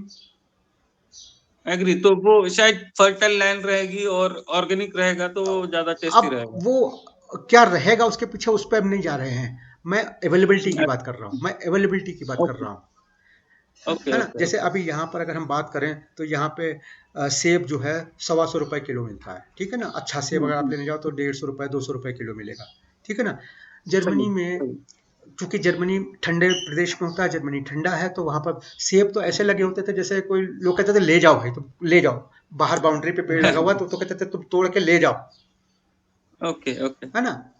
इसी तरह वो होती है ना नाशपाती, नाशपाती पेयर जो होती है ना, वो ओके। हाँ हाँ हाँ। इतनी इतनी इतनी बड़ी, कैन यू इमेजिन, ओके। इतनी अपने आप ही नहीं आता इतनी होगा। इतनी बड़ी, इतनी बड़ी पेयर, अरे बाप रे। मतलब दो आप खा लीजिए तो आपका पेट भर जाए दो में। बराबर और बराबर। पेड़ पे लटकी हुई है बाहर, वो लोग कहते थे भाई तुम तोड़ के ले जाओ, तुम अंदर आओ, तुमको और चाहिए तो और ले जाओ, क्या बात है है। ना। तो डिपेंड करता है अवेलेबिलिटी पे, समय पे। लेकिन बहुत सारे ऐसे लोग थे जो नाराज हो जाते थे कि आपने बिना पूछे मेरे से क्यों हम्म, तोड़ लिया, या बराबर मेरा पेड़ है आपने क्यों तोड़ा। तो ये बराबर। This is respect for other person property, ठीक है ना। People, right. पीपल प्लेस, है ना। एक बराबर। समझदारी क्या कहती है कि अगर आप किसी की चीज उठा रहे हैं या ले रहे हैं तो उससे पूछ कर ले।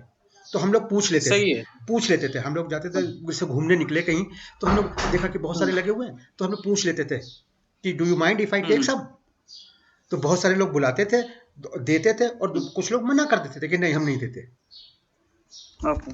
तो ये सारी चीजें समय, समाज और स्थान पे डिपेंडेंट है। तो एक जो जनरल सोचने का तरीका होता है और जनरल बिहेव करने का तरीका होता है। तो अभी आज की तारीख में हम बहुत सारी चीजें जनरलाइज नहीं कर सकते, लेकिन बराबर है। कुछ चीजें हम जनरलाइज कर सकते हैं, जैसे पंक्चुअलिटी। सारे जर्मन राइट। टाइम के बिल्कुल पाबंद होते हैं, बिल्कुल पाबंद, कि राइट। अगर उन्होंने 9 बजे कहा है तो 9 बजे, बराबर। 10 बजे कहा तो 10 बजे।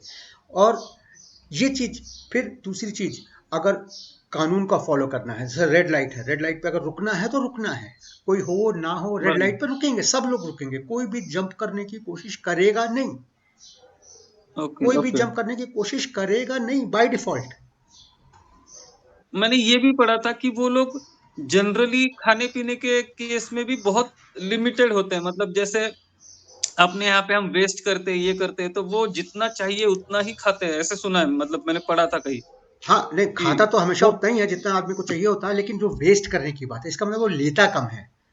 तो ये हम्म। आपकी चीजों के प्रति रिस्पेक्ट शो करता है, आपकी जो सभ्य, एग्जैक्टली है ना। एग्जैक्टली। हमारे यहाँ तो एबेंडेंसी बहुत है ना, हमारे यहाँ तो एबेंडेंसी, हमारे यहाँ अनाज की कमी नहीं है, और हमने सही है। अनाज की कमी देखी नहीं है एक्चुअली। हमने हमारे देखिए, है कि नहीं है ये हमें पता नहीं है, लेकिन हमने जिस फैमिली में या जिस एनवायरनमेंट में हम पैदा हुए हैं, बड़े हुए हैं, हमने वहां पे अनाज की कमी कभी देखी नहीं एग्री है ना। एग्री। अगर आप बंगाल की तरफ जाते हैं या बिहार के पिछड़े इलाकों में जाते हैं या बंगाल के पिछड़े इलाकों में जाते हैं, तो वहां पर गरीबी इतनी है कि लोग थोड़ा थोड़ा खाते हैं, थोड़ा सा थाली से राइट। उठाते हैं, एक गिलास पानी में, एक गिलास में भी आधा गिलास पानी भरते हैं। क्यों? हमारा सही क्या है। है, हमने ग्लास का पूरा पानी भर लेना है, जितना पिया पिया बाकी फेंक दिया, बाकी फेंक दिया। करेक्ट ना। Agree agree. लेकिन ऐसे भी इलाके हैं जहाँ सूखा रहता है, जहाँ पर पानी कम होता है, तो वहां पे लोग ग्लास में पानी ही उतना डालते हैं कि अगर मेरा 2 घूंट में पानी में काम चल सकता है तो अब 2 घूंट ही पानी डालेंगे उसके अंदर, या जब एग्री और एग्री। चाहिए होगा तो और ले लेंगे, है ना। राइट। तो ये एक जो, अगेन प्लेस, प्लेस और समाज, समय और समाज और स्थान की जो हम बात करते हैं, कल्चर की बात करते हैं, है ना। ये एग्री चीजें, एग्री। यही चीज हमें भाषा सिखाती है, इन्हीं सारी चीजों का सही है। इनकॉर्पोरेशन होता है भाषा के अंदर, वही सारी सारी चीजें उसमें मिक्स होती हैं, तब वो भाषा बनती सही है, है। क्योंकि उससे आपको वहां पर रहने वालों की समझ, उनके सोचने की समझ, वो ऐसा क्यों करते हैं, वो जैसा भी करते हैं वो कैसा क्यों करते हैं, ये समझ तब पैदा होती है जब आप भाषा एग्री। समझते हैं वहां की। क्योंकि भाषा में और क्या सिखाओगे आप भाई, भाषा में सही और है। सिखाओगे क्या, यही तो सिखाते हैं ना सही है। कि राजस्थान हमारा बहुत महत्वपूर्ण, महाराणा प्रताप कौन थे, तलवार, हिंदी, चेतक, शिवाजी, रायगढ़, बराबर। अकबर से लड़ाई, औरंगजेब से लड़ाई, यही तो भाई भाषा में भी क्या सिखाते हो, तो कहानियां सिखाते हो ना। तो सही है। समाज और स्थान की बातें बताते हो ना, तो बराबर। वही समाज और स्थान की बातें हर भाषा में बताई जाती हैं, उसी से हम लोग सीखते हैं। हम्म। तो वही चीजें हम इनकॉर्पोरेट करते हैं अपने अंदर, वही चीजें हम इनकलकेट करते हैं उस भाषा को पढ़ के, है ना। बराबर। तो आप देखिए वहां पर सबसे इंपॉर्टेंट सेंटेंस क्या है, आप आर यू लेडिश, जिंजी लेडिश और फार हाइराटेड। ये एक बहुत इंपॉर्टेंट क्वेश्चन है। ये इसलिए नहीं है कि ये हम भाषा सिखा रहे हैं, ये आप अगर नोटिस करेंगे तो ये इंपॉर्टेंस के हिसाब से क्वेश्चन पूछे गए हैं। ये क्वेश्चन जो है वो इंपॉर्टेंस के हिसाब से पूछे गए हैं कि लोग जानने के बाद, आपका जानने का इंपॉर्टेंस है इस बात का। हम हिंदुस्तान में किसी से नहीं पूछते आप सिंगल है कि मैरिड है, पूछते किसी से नहीं पूछते किसी से, लेकिन जर्मनी में क्यों पूछते हैं? इसका एक इंपॉर्टेंस है उस समाज और स्थान का, क्योंकि वहां पर हर चीज रेगुलेटेड है, ठीक है ना। जैसे आप सिंगल हैं तो आपको सिंगल का जो फ्लैट है वो सिंगल वाला ही मिलेगा आपको। आप अगर आप कोऑपरेटिव सोसाइटी में जाएंगे तो आप 2 रूम फ्लैट नहीं ले सकते। आपको सिंगल रूम फ्लैट ही मिलेगा। सिंगल रूम फ्लैट मीन्स आपको बड़ा जितना चाहिए वो मिलेगा, लेकिन that will be built for a single person. वो बाकायदा डिजिग्नेटेड होगा कि ये flat these are for singles. Okay हम जैसे कहते हैं फैमिलियन वोनुम, हम कहेंगे फैमिलियन वोनुम, these are family flats. Okay और क्लाइन फैमिलियन वोनुम है ना। क्लाइन का मतलब क्या है? स्मॉल, छोटी फैमिली के लिए, ठीक है। क्लाइन फैमिलियन वोनुम। अलाइन स्टैंड जो सिंगल लोग हैं, सिंगल जो रहते हैं, अलाइन जो सिंगल लिविंग पर्सन है, उसके हिसाब से फ्लैट होते हैं वहां पर, ठीक है ना। तो अभी तो सब बहुत सारी चीजें मिक्सअप हो गई। पहले क्या था कि जितने भी फ्लैट्स थे वो, ये क्यों आया, ये इसका भी एक कारण है। ये इस तरह से क्यों पूछते हैं, इसका भी एक कारण है। अगर आप पहले जर्मनी में बाथरूम्स नहीं होते थे, पूरी जैसे 3 फ्लोर की एक छोटी सी बिल्डिंग है, ठीक है ना। तो हर 2 फ्लोर के बीच में एक बाथरूम होता था। एक बाथरूम ग्राउंड फ्लोर पे होगा, एक बाथरूम फर्स्ट और सेकंड के बीच में होगा। तो these were common bathrooms, common toilets, not bathrooms, common toilets. और बाथरूम तो सिटी बाथरूम्स होते थे। अगर आपको नहाना है तो वहां जाके नहाइए। क्या रीजन था इसका? भाई पानी की समस्या, ठंडा, क्योंकि ठंडे पानी से नहा नहीं सकते, ठंडा कितनी है। तो नहाने के लिए आप कॉमन बाथरूम्स का यूज करते थे और टॉयलेट्स कॉमन होते थे। मतलब 3 फैमिली 2 टॉयलेट्स को शेयर करती थी। तो चीजों को हम लोगों ने तो एक्चुअली वही ना कि हम लोगों ने वो लेवल देखा नहीं है, तो हम लोगों को थोड़ा समझने में मुश्किल होती है। हमने वो देखा नहीं है, हमने कोई लड़ाई नहीं देखी। वर्ल्ड वॉर 2 में बर्लिन के हर स्क्वायर, जितना आप कहते हैं कि हर 10 स्क्वायर फीट पे बम गिरा था। 10 स्क्वायर फीट पे, 10 स्क्वायर फीट पे एक बम गिरा था बर्लिन में। मतलब this was called carpet bombing. आप इस टर्म को सर्च करेंगे तो आपको मिलेगा, this is called carpet bombing. अभी आपको दिखाता हूँ। गूगल में जाएंगे, एक सेकेंड, और यहाँ पर सर्च करेंगे कारपेट बॉम्बिंग। कारपेट बॉम्बिंग की मीनिंग ही देख लेते हैं, चलिए।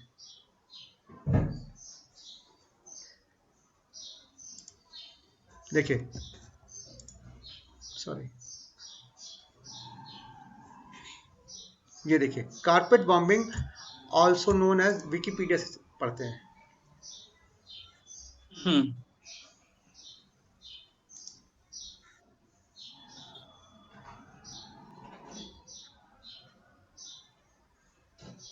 देखिए,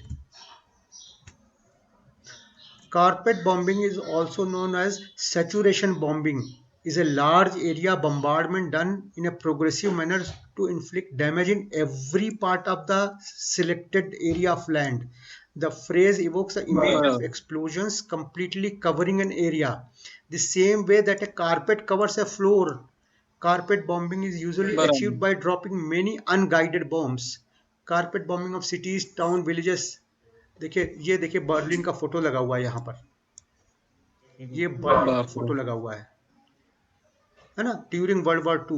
अगर आप ये देखें, ये देखिए बर्लिन का फोटो है, ये रोटरडाम ब्लिट्ज है, और यहाँ बर्लिन का कहीं फोटो होगा, वेजल, ये बार्सिलोना का, इसमें जर्मनी का फोटो नहीं दिया हुआ कहीं।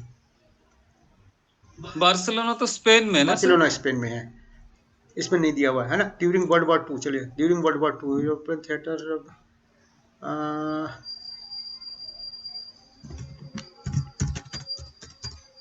हाँ ये देखिए, many cities both large and small were virtually destroyed by allied bombing. Cologne, Berlin, Hamburg and Dresden. ये देखिए, ये टूटे चर्च, ये फोटो आपने अगर देखी हो कभी, ये church, this symbolizes Berlin. This church symbolizes Berlin. Okay, this was broken during the Second World War. Berlin, the capital of Nazi Germany, subject to 363 air raids. 363 air red हुई थी. It was bombed by RAF Bomber Command 1940 and 45, and as was also attacked by aircraft of Red Air Force. Red Air Force थी Russian, and Soviet forces closed on the city. American aircraft dropped 23,000 tons. 45,517 tons of bomb. British ने इतना, Americans ने इतना, है ना, 1.7 million of 45% had fled. बाप रे. अगर आप तो उनके आज तो लेकिन रिलेशन जो है कंट्री वाइज या जिसे डिप्लोमेटिक बोलते हैं, वो तो नॉर्मल है फिर. हाँ, अभी कुछ नहीं है, अभी तो 50-70 साल हो गए यार, अब कब तक वो रहेगा? नहीं, ऐसा थोड़ी है सर. अपना और पाकिस्तान का कितना बुरा है फिर? नहीं, Pakistan is a different story. Pakistan is a different story. बराबर, वो वहां स्टॉप हो गया था, मतलब उनके केस में वहां स्टॉप हो गया था. फिर इतने टाइम में नॉर्मल हो गया. ये पाकिस्तान के केस में वो नहीं हुआ. हाँ, क्योंकि वो इसलिए नहीं हुआ क्योंकि पाकिस्तान का जन्म ही हिंदुस्तान से दुश्मनी के लिए हुआ था. एग्री तो सही है. और आज भी वो लोग उसी पे, मतलब that is the biggest thing. वो जो रूट है, जो कहता है ना, अगर नींव टेढ़ी हो जाए, अगर बेस टेढ़ा हो जाए तो दीवार सीधी नहीं हो सकती. एग्री तो ये है. ये देखिए, अगर आप बर्लिन का सेकेंड वर्ल्ड वॉर में बॉम्बिंग देखेंगे, बॉम्बिंग ऑफ बर्लिन, तो आपको पता लगेगा कि बर्लिन में क्या क्या हुआ था. तो बर्लिन बॉम्बिंग, ये तो विकिपीडिया पिक्चर्स में देखिए आप, इमेजेस, आप हैरान हो जाएंगे कि लोग रहे किस तरह से होंगे. ये देखिए,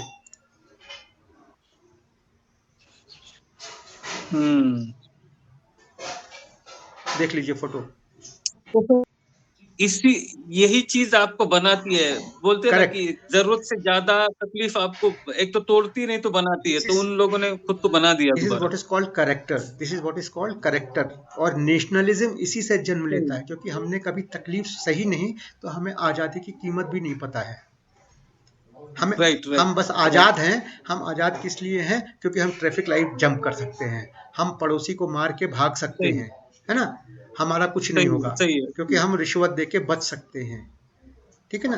तो नहीं, मुझे तो इन जनरल इंडियन मेंटेलिटी का प्रॉब्लम ये लगता है कि उनको सिर्फ उनके हक के बारे में पता है, उनके जो ड्यूटीज है उनके बारे में नहीं पता है. वही ना, हमें कोई हक चाहिए होगा तो हक मांग लेंगे. हाँ, हमें लेकिन उसके लिए जो जिम्मेदारी है, वो जिम्मेदारी कभी नहीं निभाएंगे. यही ना, हमें आजादी तो पता है कि हमें आजादी है हर चीज की, लेकिन हमें आजादी किस कीमत पे मिली है ये पता नहीं है. नहीं पता है. सही है. तो ये देखो, ये देखो, ये फोटो है, ये देखो बॉम्बिंग. दिस वाज कॉल्ड, ये लंदन की फोटो है. ओके, है ना. तो जापान में बम गिरा, देखो, 1945 में, अगस्त 1940, 13 अगस्त 1945 को. तो क्या हुआ? The cities were destroyed, totally destroyed. सही है ना. तो ये देखो फोटो, अगर खुल जाए तो ये आप पढ़िएगा, कभी पढ़िएगा, या अबे आप कहिएगा तो कभी मूवी शेयर कर दूंगा. ये देखो, ये घरों की हालत थी. हाँ, तो शेयर कर दीजिए, बिल्कुल शेयर कर दीजिए. ये देखिए, रेड का सीन देखिए आप. सही है. एक साथ में इतने. वही कहते ना, every 10 square feet of this Berlin was bombed. जबरदस्त है। इसके बाद, इसी के बाद, वर्ल्ड वॉर के बाद, अगर आप लोग वर्ल्ड वॉर की हिस्ट्री जानते हैं तो इसके बाद फिर अमेरिकन ने खाने के पैकेट्स गिराए थे जर्मनी पे, जिस समय उसको जब सरेंडर कर दिया जर्मनी ने, ओके उसके बाद खाने के पैकेट गिराए थे। देन इट वाज कॉल्ड रोजीनियन बॉम्बिंग, किशमिश की बारिश, किशमिश के बॉम्ब, ओके है ना, जो उन्होंने फूड पैकेट्स ड्रॉप ओके किए थे जर्मनी में, दैट इज कॉल्ड रोजीनियन बॉम्बिंग। सही है। रोजीनियन। लेकिन सर अगर वो सरेंडर के बाद आज इस पोजीशन पे, तो सही में मानना पड़ेगा, बिल्कुल, इवन जापानीज। हाँ, रोजीनियन बॉम्बिंग।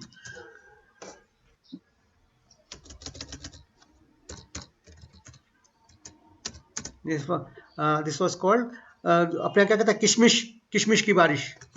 सही है सर। और एक चीज मुझे हमेशा क्यूरियोसिटी देती है कि जो उनका मैकेनिकल इंजीनियरिंग है, उसके लिए वो हमेशा जाने जाते हैं, मतलब जर्मन, क्यों जाने जैसे जाते हैं? ऑटोमोबाइल में हम बोलते हैं, कारण सोचिए तो ना। उस चीज का बहुत बहुत क्यूरियोसिटी है सर मुझे। क्यों?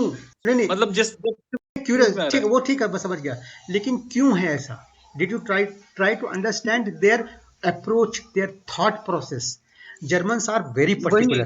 Germans are very particular about everything. जैसे राइट मैंने बताया था ना कि उन्होंने अल्फाबेट्स के प्रोनाउंसिएशन का भी DIN बना दिया, उसको भी स्टैंडर्डाइज कर दिया। बराबर अब आप ये सोचिए, बराबर। जब उन्होंने उसको भी स्टैंडर्डाइज कर दिया तो जर्मन स्टैंडर्ड्स,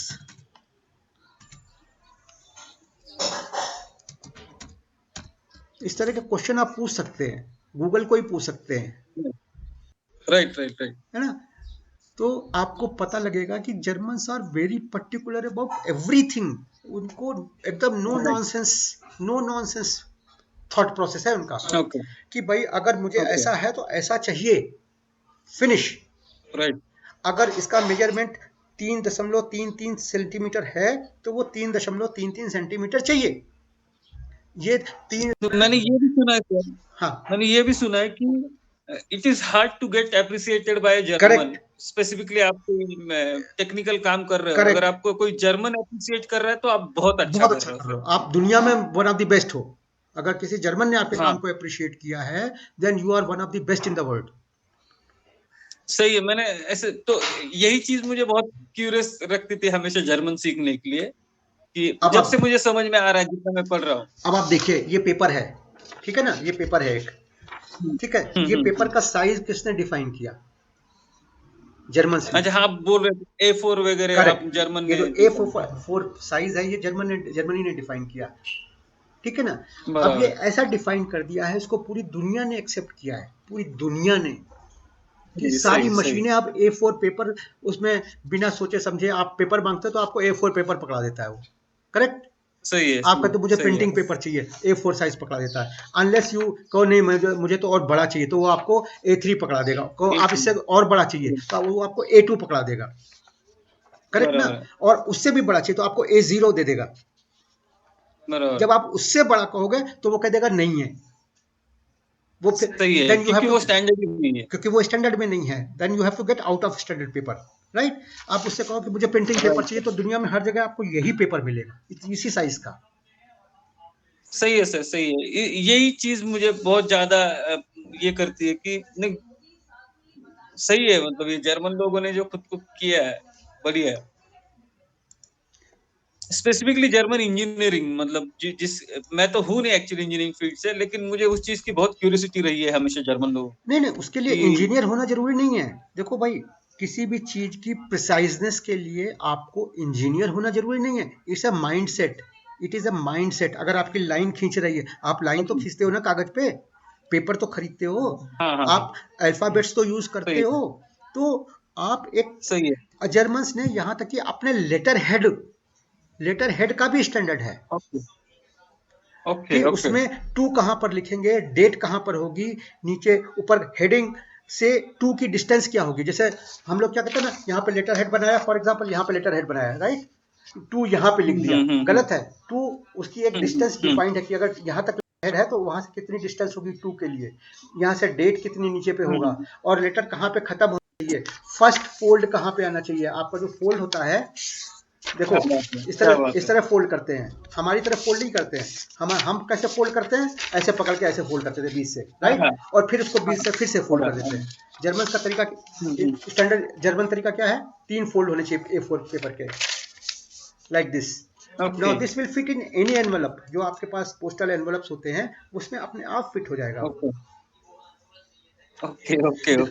मैं दिखाता हूँ एनवेलप, जरा एक छोटा वाला डॉयचे बैंक वाला एनवेलप, एक मिनट अभी दिखाता हूँ आपको, इधर से जो पैक रखे हैं एनवेलप दिखाना।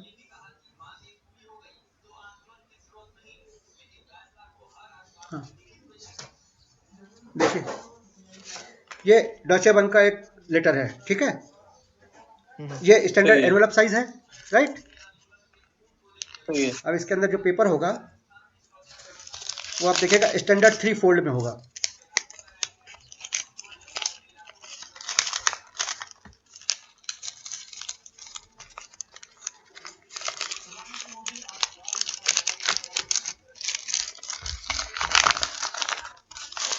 अब ये गड़बड़ क्यों है, क्योंकि हमारे देसी लोगों ने चिपकाया है ना, इसलिए ये ठीक से नहीं खुल रहा है।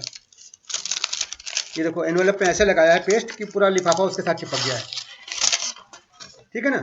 अब आप ये देखिए, ये एक पेपर है, राइट, इसको ऐसे खोला, राइट, ठीक है ना। अब आप इसमें ये देखिए कि यहाँ से यहाँ तक की डिस्टेंस फिक्स है, यहाँ से ये देखिए नीचे देख रहे हैं, पूरे ये पूरे डिटेल जो उसके जो लॉजिकल डिटेल्स है, जो उसके कहते हैं रजिस्टर ऑफ इंडस्ट्रीज के पास जो रजिस्ट्रेशन होता है उसके पूरे डिटेल यहाँ पर दिए हुए हैं। देखिए इसमें क्या क्या है ना, इसमें आपका बैंक लाइट साल सब पूरा दिया होगा, कहाँ पे रजिस्टर्ड है, कौन उसका चेयरमैन है ना, कहाँ पे उसका रजिस्टर्ड ऑफिस है, सब दिया होगा, कौन सा कोर्ट उसके लिए रिस्पॉन्सिबल है, किस कोर्ट में आपके उसके अगेंस्ट आप केस फाइल कर सकते हो, सब लिखा हुआ है यहाँ पर। तो ये पूरा डिफाइंड है। ये लेटर हेड है, लेटर हेड से 2 की डिस्टेंस, कहाँ से शुरू होगा डेट, 2 कहाँ पर जाएगा, वो सब पूरा डिफाइंड है। और फर्स्ट फोल्ड कैसे होगा, सेकंड फोल्ड कैसे होगा, और थर्ड फोल्ड कैसे होगा। देखिए बिल्कुल तीनों बराबर हैं, ये तीनों फोल्ड बराबर हैं, एकदम एग्जैक्ट बराबर है ना। तो ये है। अब इससे क्या हुआ कि ये मशीन से मुड़ा हुआ कागज है, ये आपको पता है, ये मशीन से मुड़ा हुआ कागज है। ओके आदमी ने नहीं मोड़ा, अगर हिंदुस्तानी मोड़ता तो उसको ऐसे ही मोड़ता वो, फिर ऐसे कर देता। ये मशीन से क्या वो कागज है, क्या बात है। हाँ, मशीन से फोल्ड किया हो, ये सिर्फ चिपकाने वालों ने गड़बड़ किया है ये देसी ने पैक किया है, अपने देसी लोगों ने पैक किया है, ठीक है। तो ये जो छोटी छोटी चीजें हैं, ये जो डिटेल्स हैं, this is important about the details, this is what we call डिटेलियर, जो डिटेल्स, जिसको हम इसको फाइन डिटेल्स बोलते हैं जर्मन में, है ना, या डिटेल्स जिनको बोलते हैं। ये जो डिटेलिंग होती है, this is called detailing, this detailing is very important for Germans. यही चीज आपको उनकी कार में नजर आएगी, यही चीज आपको उनकी इंजीनियरिंग में नजर आएगी, यहाँ तक कि उनकी प्रिंटिंग में, उनके लेटर, हर जगह वो चीज नजर आएगी। मतलब this is in the mind ना, this is in the mind, बराबर, उनका माइंडसेट ही वैसा है। हाँ, हमारे यहाँ क्या है, अरे चलता है यार, ऐसे मोड़ दे, ऐसे मोड़ दे, ठीक है ना, क्या करेगा, है ना, पढ़ना ही तो है ना, इसको ऐसे की बजाय ऐसे मोड़ दो, क्या हो जाएगा, ऐसे मोड़ दिया, ऐसे मोड़ा, और फिर उसको ऐसे मोड़ दिया, 3 के बजाय 3, 4, 5 जैसे भी फोल्ड हुए, ऐसे करके ऐसे रख दिया। अब कितने फोल्ड हो गए इसमें, 4 फोल्ड हो गए, सही है।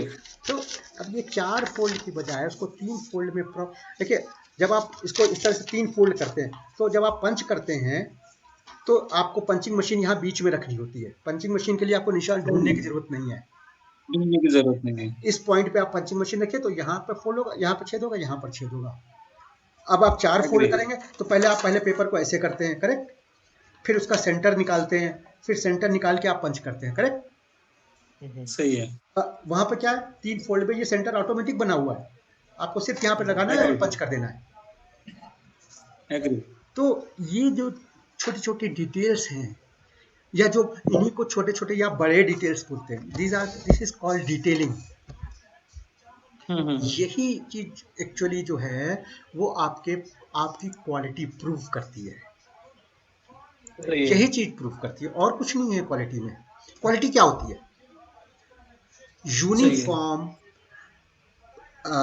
जैसा कि उस प्रोडक्ट को आपने विजुलाइज किया है उसको यूनिफॉर्मली प्रोड्यूस करना, दिस इज क्वालिटी। सही। Produce it as planned and visualized, ठीक है ना? तो यही क्वालिटी होती है। अब इसी हिसाब से आप देखिए कि चीजें बनती हैं जर्मनी में, इसीलिए आपको उसकी क्वालिटी पसंद आती है।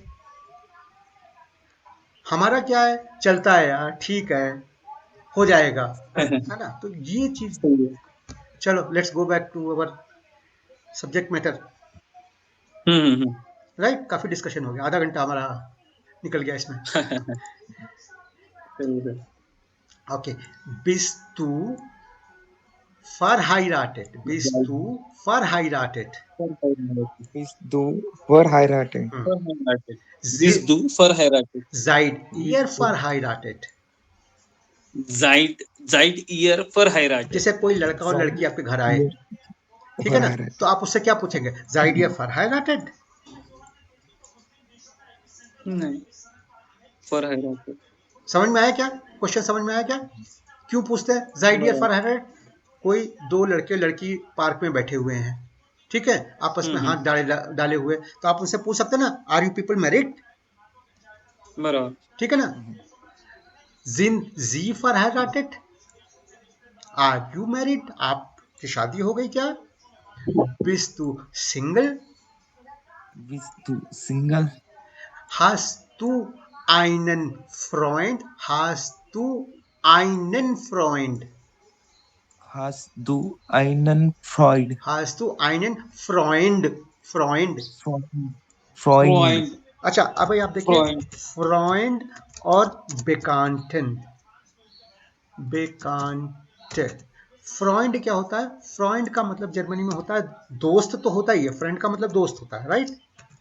लेकिन जर्मनी में इसका जो कॉन्टेक्स्ट है वो रिलेशनशिप वाला दोस्त है। That are you in relationship? अगर हम किसी को फ्रॉइंड बोलते हैं तो I might be having a relationship there. बेकांट is the known person, known.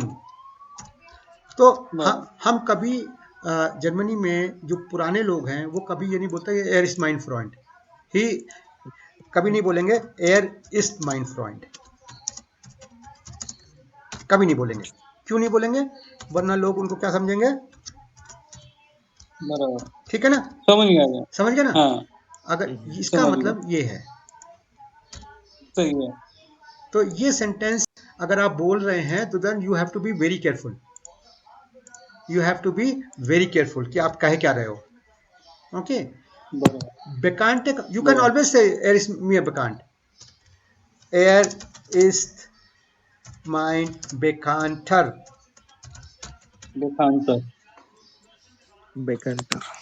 क्यों Bekannter? क्यों Bekannt is der Bekannter, der Bekannter, he is known, he is a known, है ना, known to me, known as a noun, ठीक है ना? That is why it is written in capital, der Bekannte, he is known to me. So er ist mein Bekannter, he is known to me, he is known to me. der का air यहाँ ले लिया हमने, है ना, der का r ले लिया, Bekannte से Bekannter कर दिया इसको, er ist mein Bekannter. Er ist mir bekannt, er ist mir bekannt, he is known to me, he is known to me, he is known to me. Er ist mein Bekannter, he is my known person. अंग्रेजी में approximate translation है ये, है ना, मैं उसको जानता हूँ, मैं उसको जानता हूँ। ही इज, इसका भी मतलब वही है, ही इज माय बेकांट, ही इज एर इज माइन बेकांटर, he is my known person, ठीक है ना? विक्रम सुन रहे हो ना? हाँ सर। तो ये समझ में आया ना डिफरेंस आपको, कि हम फ्रेंड और बेकांट अलग अलग क्यों यूज करते हैं? तो इसीलिए पूछते हैं। ये भी बहुत, देखो मैंने फिर से बताया, भाषा हमेशा समाज के ऊपर डिपेंड, समाज और व्यक्ति पे डिपेंडेंट है। तो यहाँ पर आपको समाज भी दिखाई पड़ रहा है और व्यक्ति भी दिखाई पड़ रहा है, क्योंकि व्यक्ति समाज का यूनिट है, राइट? बराबर। तो अब आप ये देखिए कि हम क्यों पूछ रहे हैं ये क्वेश्चन, क्योंकि ये it is very important to establish the relationship. हमारे यहाँ कोई नहीं पूछता कि वो आपकी शादी हुई है क्या, नहीं पूछता कोई भी। इट इज अनलेस आपके बहुत क्लोज में हो कोई बंदा, आपकी शादी करना चाह रहा हो, उसकी लड़की हो, तो पूछता है आपसे इसकी शादी हो गई क्या, तुम्हारी शादी हुई क्या, है ना। लेकिन अदरवाइज हमारे समाज में कोई किसी से नहीं पूछता तुम्हारी शादी हुई क्या, करेक्ट ना। बिल्कुल नहीं पूछते, हम लोग पूछते ही नहीं है। ये रिलेशनशिप में ही पूछा जाता है, हमारे परिवार वाले पूछते हैं एक दूसरे से, करेक्ट। बेटा तेरी शादी हो गई क्या, तेरे लिए लड़की ढूंढूं क्या, है ना। लेकिन कभी आपका जानने वाला, जैसे मैं विक्रम से कभी नहीं पूछूंगा विक्रम तुम्हारी शादी हो गई क्या, या विक्रम प्रीतम से कभी नहीं पूछेंगे तुम्हारी शादी हो गई क्या, जब तक कि विक्रम के जानने में कोई लड़की ना हो और वो इंटरेस्टेड हो, और विक्रम को ये लगे कि हाँ भाई Pritam could be a good boy, right. तो unless you want to establish a relationship और you are already in relationship, हमारे यहाँ कभी नहीं पूछते। लेकिन जर्मनी में this is very common, this is very common to ask do have a friend. भाई किसी लड़की से आप रिलेशनशिप बनाना चाहते हैं तो आप उसको पूछ सकते हैं, hast du einen Freund, are you in relationship with someone. भाई उससे आपने बात की, जैसे आप किसी लड़की से बाहर में मिले, राइट, आपको अच्छी लगी, आपको लगता है कि हाँ we can be good friends और we can have a relationship, तो आप उससे थोड़ी बात करने के बाद आप उसको पूछते हैं ना, haben Sie einen Freund, मतलब ऐसा नहीं हो मैं खाली पीली एफर्ट करता रहूं और बाद में आप घंटी बजा दो कि नहीं नहीं दरवाजा तो बंद है, सही है, ठीक है। तो दिस शोज द अप्रोच और thought process of the society, this is not a personal thought process.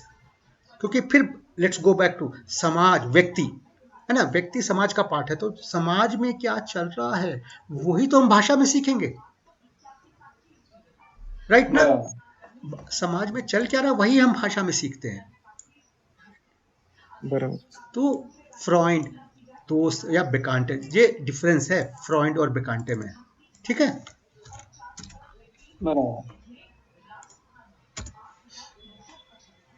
So hast du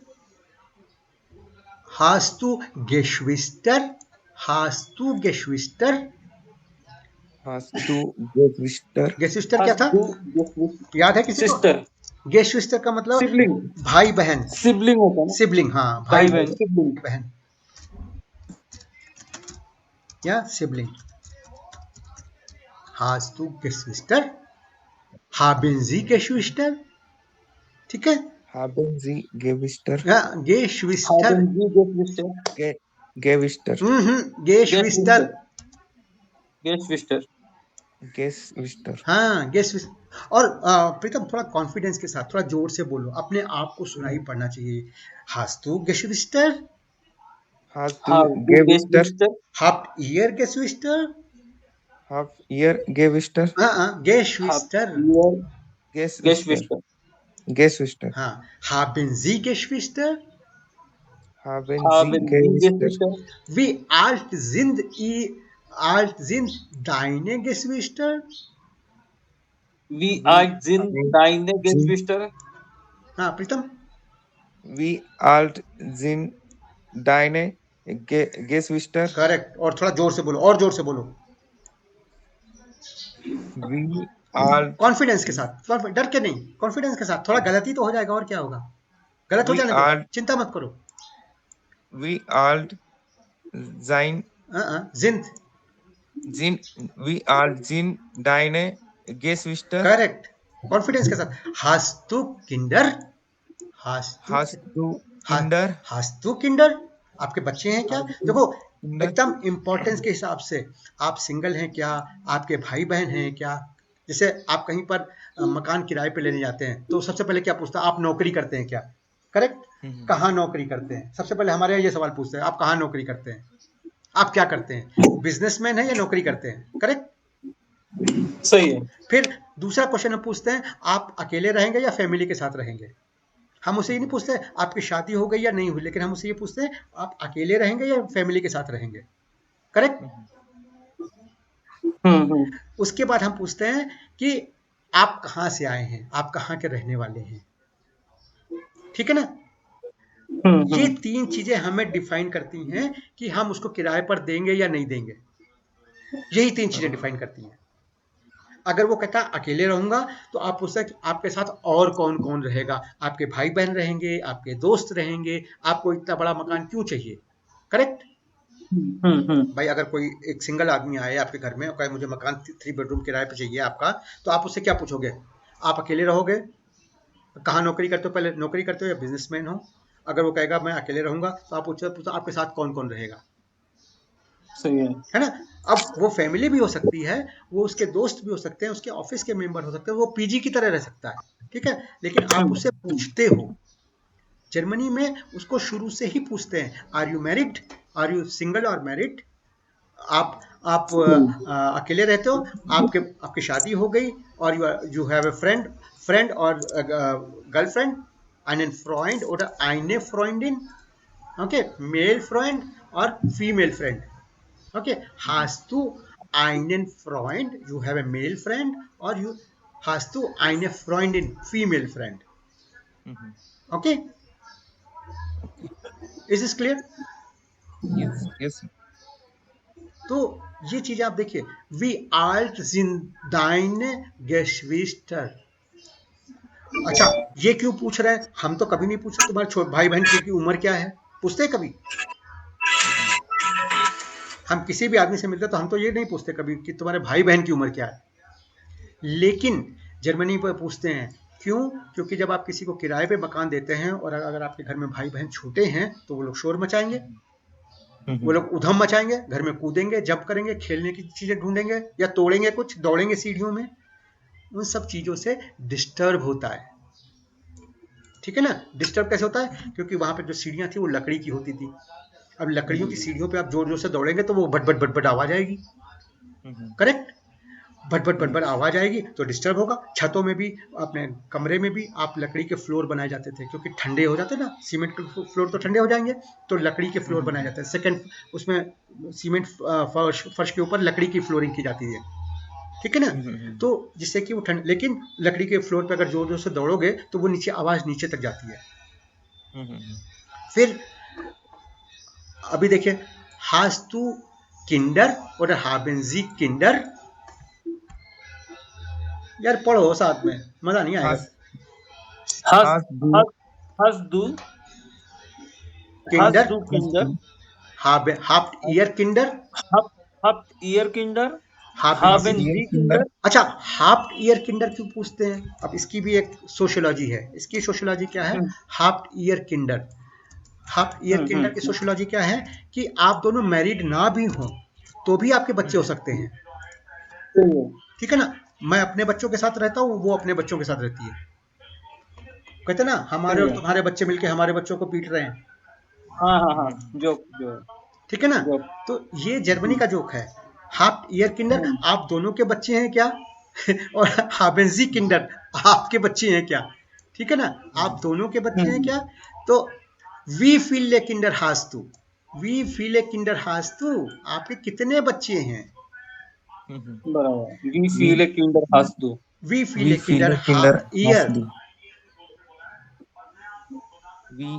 we फील किंडर ईयर, हाफ्ट ईयर, हाफ ईयर, हाफ्ट ईयर, हाफ ईयर, हाफ्ट, बी भी पढ़ना है, बी को भी पढ़ना है, हाफ्ट, हाँ, हाफ्ट ईयर, वी फील किंडर haben Sie, वी फील किंडर haben Sie, wie alt sind deine Kinder, वी आर्ट जिन deine Kinder। अब ये क्यों पूछते हैं कि अगर छोटा बच्चा है घर में तो वो रोएगा, राइट, वो तो रात में भी रोएगा, करेक्ट ना। तो ये भी इम्पोर्टेंट, ये भी एक इम्पोर्टेंट क्वेश्चन है कि आपके घर में अगर छोटा बच्चा है तो वो रोएगा रात में। जैसे हम शादी, जैसे नौकरी देते समय पूछते ना, are you married, are you pregnant, ना फॉर्म में भरवाते ना, तो पूछते ना कि भाई हमको फ्यूचर का प्रोजेक्शन कैसे चाहिए हमको, तो हम पूछते हैं उससे कि तुम्हारे बच्चे कितने बड़े हैं, कितने बड़े हैं, क्या कहते हैं, वी आल्ट जिन दाइने किंडर, वी फीले, और फिर वी आल्ट जिन दाइने किंडर। अगर बहुत बड़े बच्चे हैं तो वो दूसरे तरीके की बदमाशी करेंगे, अगर छोटे बच्चे हैं तो वो दूसरे तरीके की बदमाशी करेंगे, अगर वो बेबीज हैं तो वो दूसरे तरीके करेंगे, तो I should be prepared for this, है ना, everybody should be prepared for this, correct. Wie heißen deine Kinder? Wie heißen deine? heißen deine Kinder? Wie heißen deine Kinder? heißen का मतलब क्या है? हाइसन पढ़ा था हमने. Wie heißen sie? Wie heißen sie? Called. हैं? Called बोलते हैं ना. हाँ, आपके बच्चों के नाम क्या हैं? Wie heißen sie? आपका नाम क्या है? आप कौन है? आपका कैसे बुलाऊं आपको, है ना? आपका नाम क्या है? ठीक है ना? Wie heißen sie? आपके बच्चों के नाम क्या हैं? आपके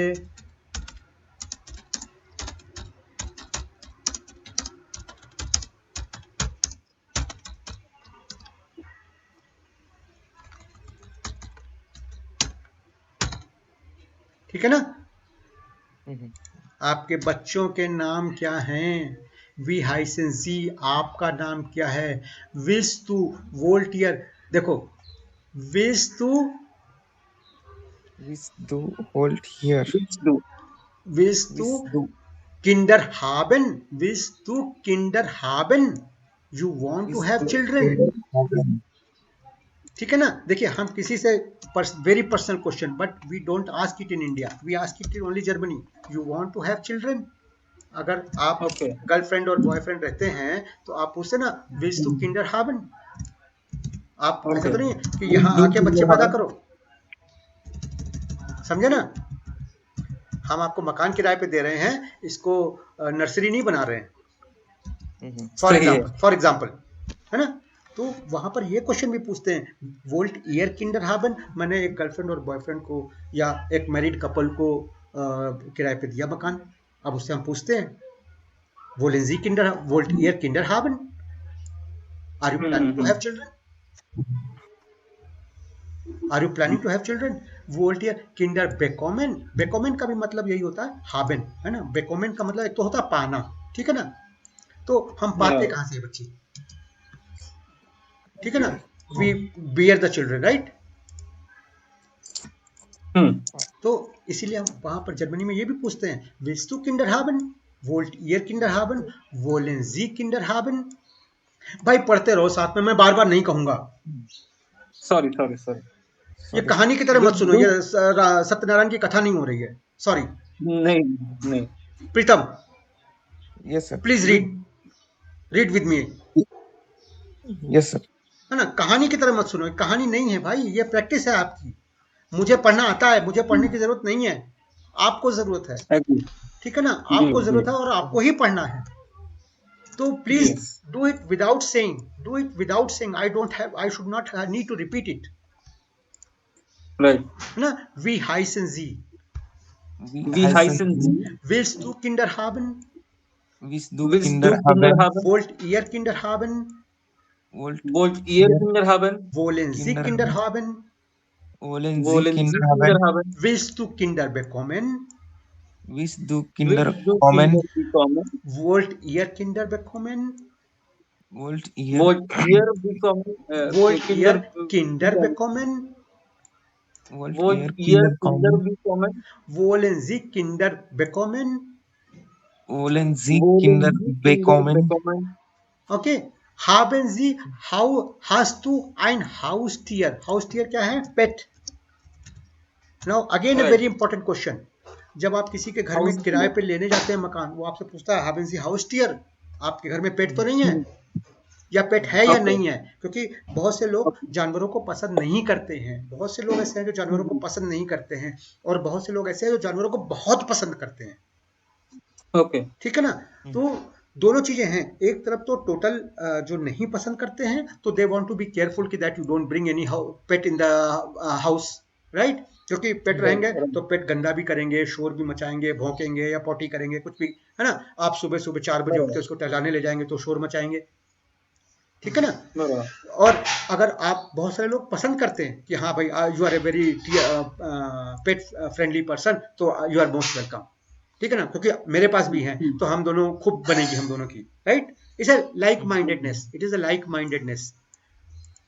बराबर है। तो हम भी यहाँ पे करते हैं ना, सोसाइटी में बहुत सारी सोसाइटीज में कुत्ते रखना मना है ना, या बिल्ली पालना मना है, ठीक है ना। बराबर। तो इसी तरह जर्मनी में भी it is a very common question, हैज टू हाउस टियर। हाउस टियर क्या है? जो घर में, टियर क्या होता है? हाँ, हाउस तो हाउस पता है, टियर का मतलब क्या होता है? जानवर, एनिमल, ओके, हाउस टियर, है ना। एनिमल। टियर का मतलब, तो हाउस टियर होता है डोमेस्टिक, हाउस टियर इज ओके। पेट, ठीक है। और विल्ड टियर क्या होगा? जंगली वाइल्ड जानवर। Animal. Correct, you know this, जंगली, करेक्ट। राइट। तो ये चीजें हैं जो, अब आपने देखा कि जितने भी क्वेश्चन यहाँ पूछे गए हैं, दे somehow reflect the thought process of society, right. Right sir. हाँ, तो इस चीज का बहुत ध्यान रखना है कि चीजें हमेशा सोसाइटी के हिसाब से होती हैं, ठीक है ना। राइट।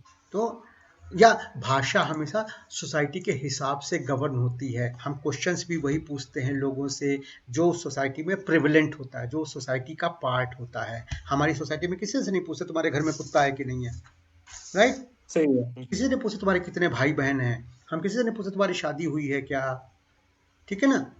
ये तुम्हारे बॉयफ्रेंड है क्या, तुम्हारा गर्लफ्रेंड है क्या, हम कभी नहीं पूछते, क्योंकि this is not part of our culture, जिसको हम कल्चर बोलते हैं, सोसाइटी बोलते हैं, है ना। हमारी सोसाइटी में नहीं है ये, हमारी कल्चर में नहीं है किसी से ये पूछना कि तुम वेजिटेरियन हो क्या। वहाँ पे लोग ये भी पूछते हैं, आर यू वेजिटेरियन। जैसे जैसे चेन्नई में अगर आप मकान किराए पे लेने जाते हैं तो वो आपसे पूछते हैं, आर यू वेजिटेरियन और you are non vegetarian. Agree. North में नहीं पूछते, पुणे में नहीं पूछते यू आर वेजिटेरियन या नॉन वेजिटेरियन, चाहे जो भी, हमें कुछ फर्क नहीं पड़ता। लेकिन चेन्नई में लोगों को पड़ता है, पड़ता है। तो सही है। जिनको पड़ता है वो पूछते हैं, तो वो वहाँ की सोसाइटी रिफ्लेक्ट करती है, that reflects that society in particular, है ना। इवन सर, आपने देखा होगा वहां पे अगर होटल भी वेज नॉन वेज है तो किचन 100% अलग रखते हैं हम लोग, करेक्ट मतलब correct, veg kitchen, very right. Veg और नॉन वेज किचन टोटली अलग, मतलब हाँ, उसका कोई रिलेशन ही नहीं तो रहता। अदरवाइज तो तो पर्पज इतना ही नहीं, अगर दोनों किचन साथ साथ है तो दोनों का पर्पज ही फेल हो गया ना। नहीं, पुणे में होता है ना सर, महाराष्ट्र में आप देखोगे तो वेज नॉन वेज किचन ही एक होती, कढ़ाई भी एक होती है, हाँ, तो किचन छोड़ी। ये तो धोखा है ना वेजिटेरियंस के साथ। हाँ है, मैं बता रहा हूँ सर, अभी जो हम बात कर रहे हैं कि एरिया स्पेसिफिक, लोकेशन स्पेसिफिक चीजें करेक्ट, होती है, तो यहाँ पे लोग माइंड भी नहीं करते ना, वहां पे माइंड करते हैं इसके लिए होता है। ट्रू, यहाँ पे अगर लोग माइंड करते होते तो वो लोग वैसे बिजनेस नहीं कर पाते, एक ही कढ़ाई में वेज भी बनाएगा, करेक्ट करेक्ट, नॉन वेज भी बनाएगा। राइट जैसे राइट, आप रोड साइड ठेले के चाइनीज वाले के पास जाओ, बेचारे के पास एक ही कढ़ाई रहती है, करेक्ट करेक्ट, और वो आपको वेज भी परोसेगा, नॉन वेज भी परोसेगा एक ही कढ़ाई में। हाँ हाँ करेक्ट, यू आर राइट, हाँ very true, very true, good तो कोई ऑब्जर्वेशन। हाँ माइंड नहीं करता यहाँ पे, हाँ हाँ ठीक है आपने मेरे लिए अलग बना दिया ना, कोई हाँ प्रॉब्लम नहीं। हाँ हाँ, राइट राइट, यू आर, है ना। तो ये एक जो सोसाइटी का डिफरेंस रहता है वो यहाँ से रिफ्लेक्ट होता है ना। सही है सर। ठीक है, तो वस्त बिस्तु आप फॉन, दिन रुक सकते हैं सर, थोड़ा मुझे एक जगह जाना था। ठीक है, चलो हम यहीं पे क्लोज करते हैं। प्लीज प्लीज रिवाइज, प्लीज, अगले हफ्ते टेस्ट होगा, 100% टेस्ट होगा सर। और टेस्ट यहाँ तक होगा जो हमने कल लिखा था ना, टेस्ट लिखा हुआ था ना, हम्म। हमने लिख दिया था ना, मार्क कर दिया था ना, टेस्ट ऑन 8 हाँ नवंबर। मार्क। हाँ राइट। लो, ओके ओके सर, ये प्लीज शेयर कर हाँ दीजिए जी, अभी शेयर आज कर, वाला। हाँ हाँ बिल्कुल कर दूंगा, वो जो टेबल करने वाले थे ना सर जी आप, वो जी, ANP हाँ का, हाँ हाँ वो प्लीज हाँ, शेयर कर जी दीजिए। अभी करता हूँ, ठीक है। ठीक है, okay, thank you okay, sir. चलो bye bye, auf Wiedersehen, bye sir. auf Wieder, ऑफ विडरजेन। पीटरजिन। tschüss, ऑफ विडरजेन। tschüss, चिस bis, चिस bis Samstag, bis दिस Samstag, दाम स्टार, दिस दाम दिस स्टार, okay, ऑफ विडरजेन, auf दिस दाम Wiedersehen, स्टार।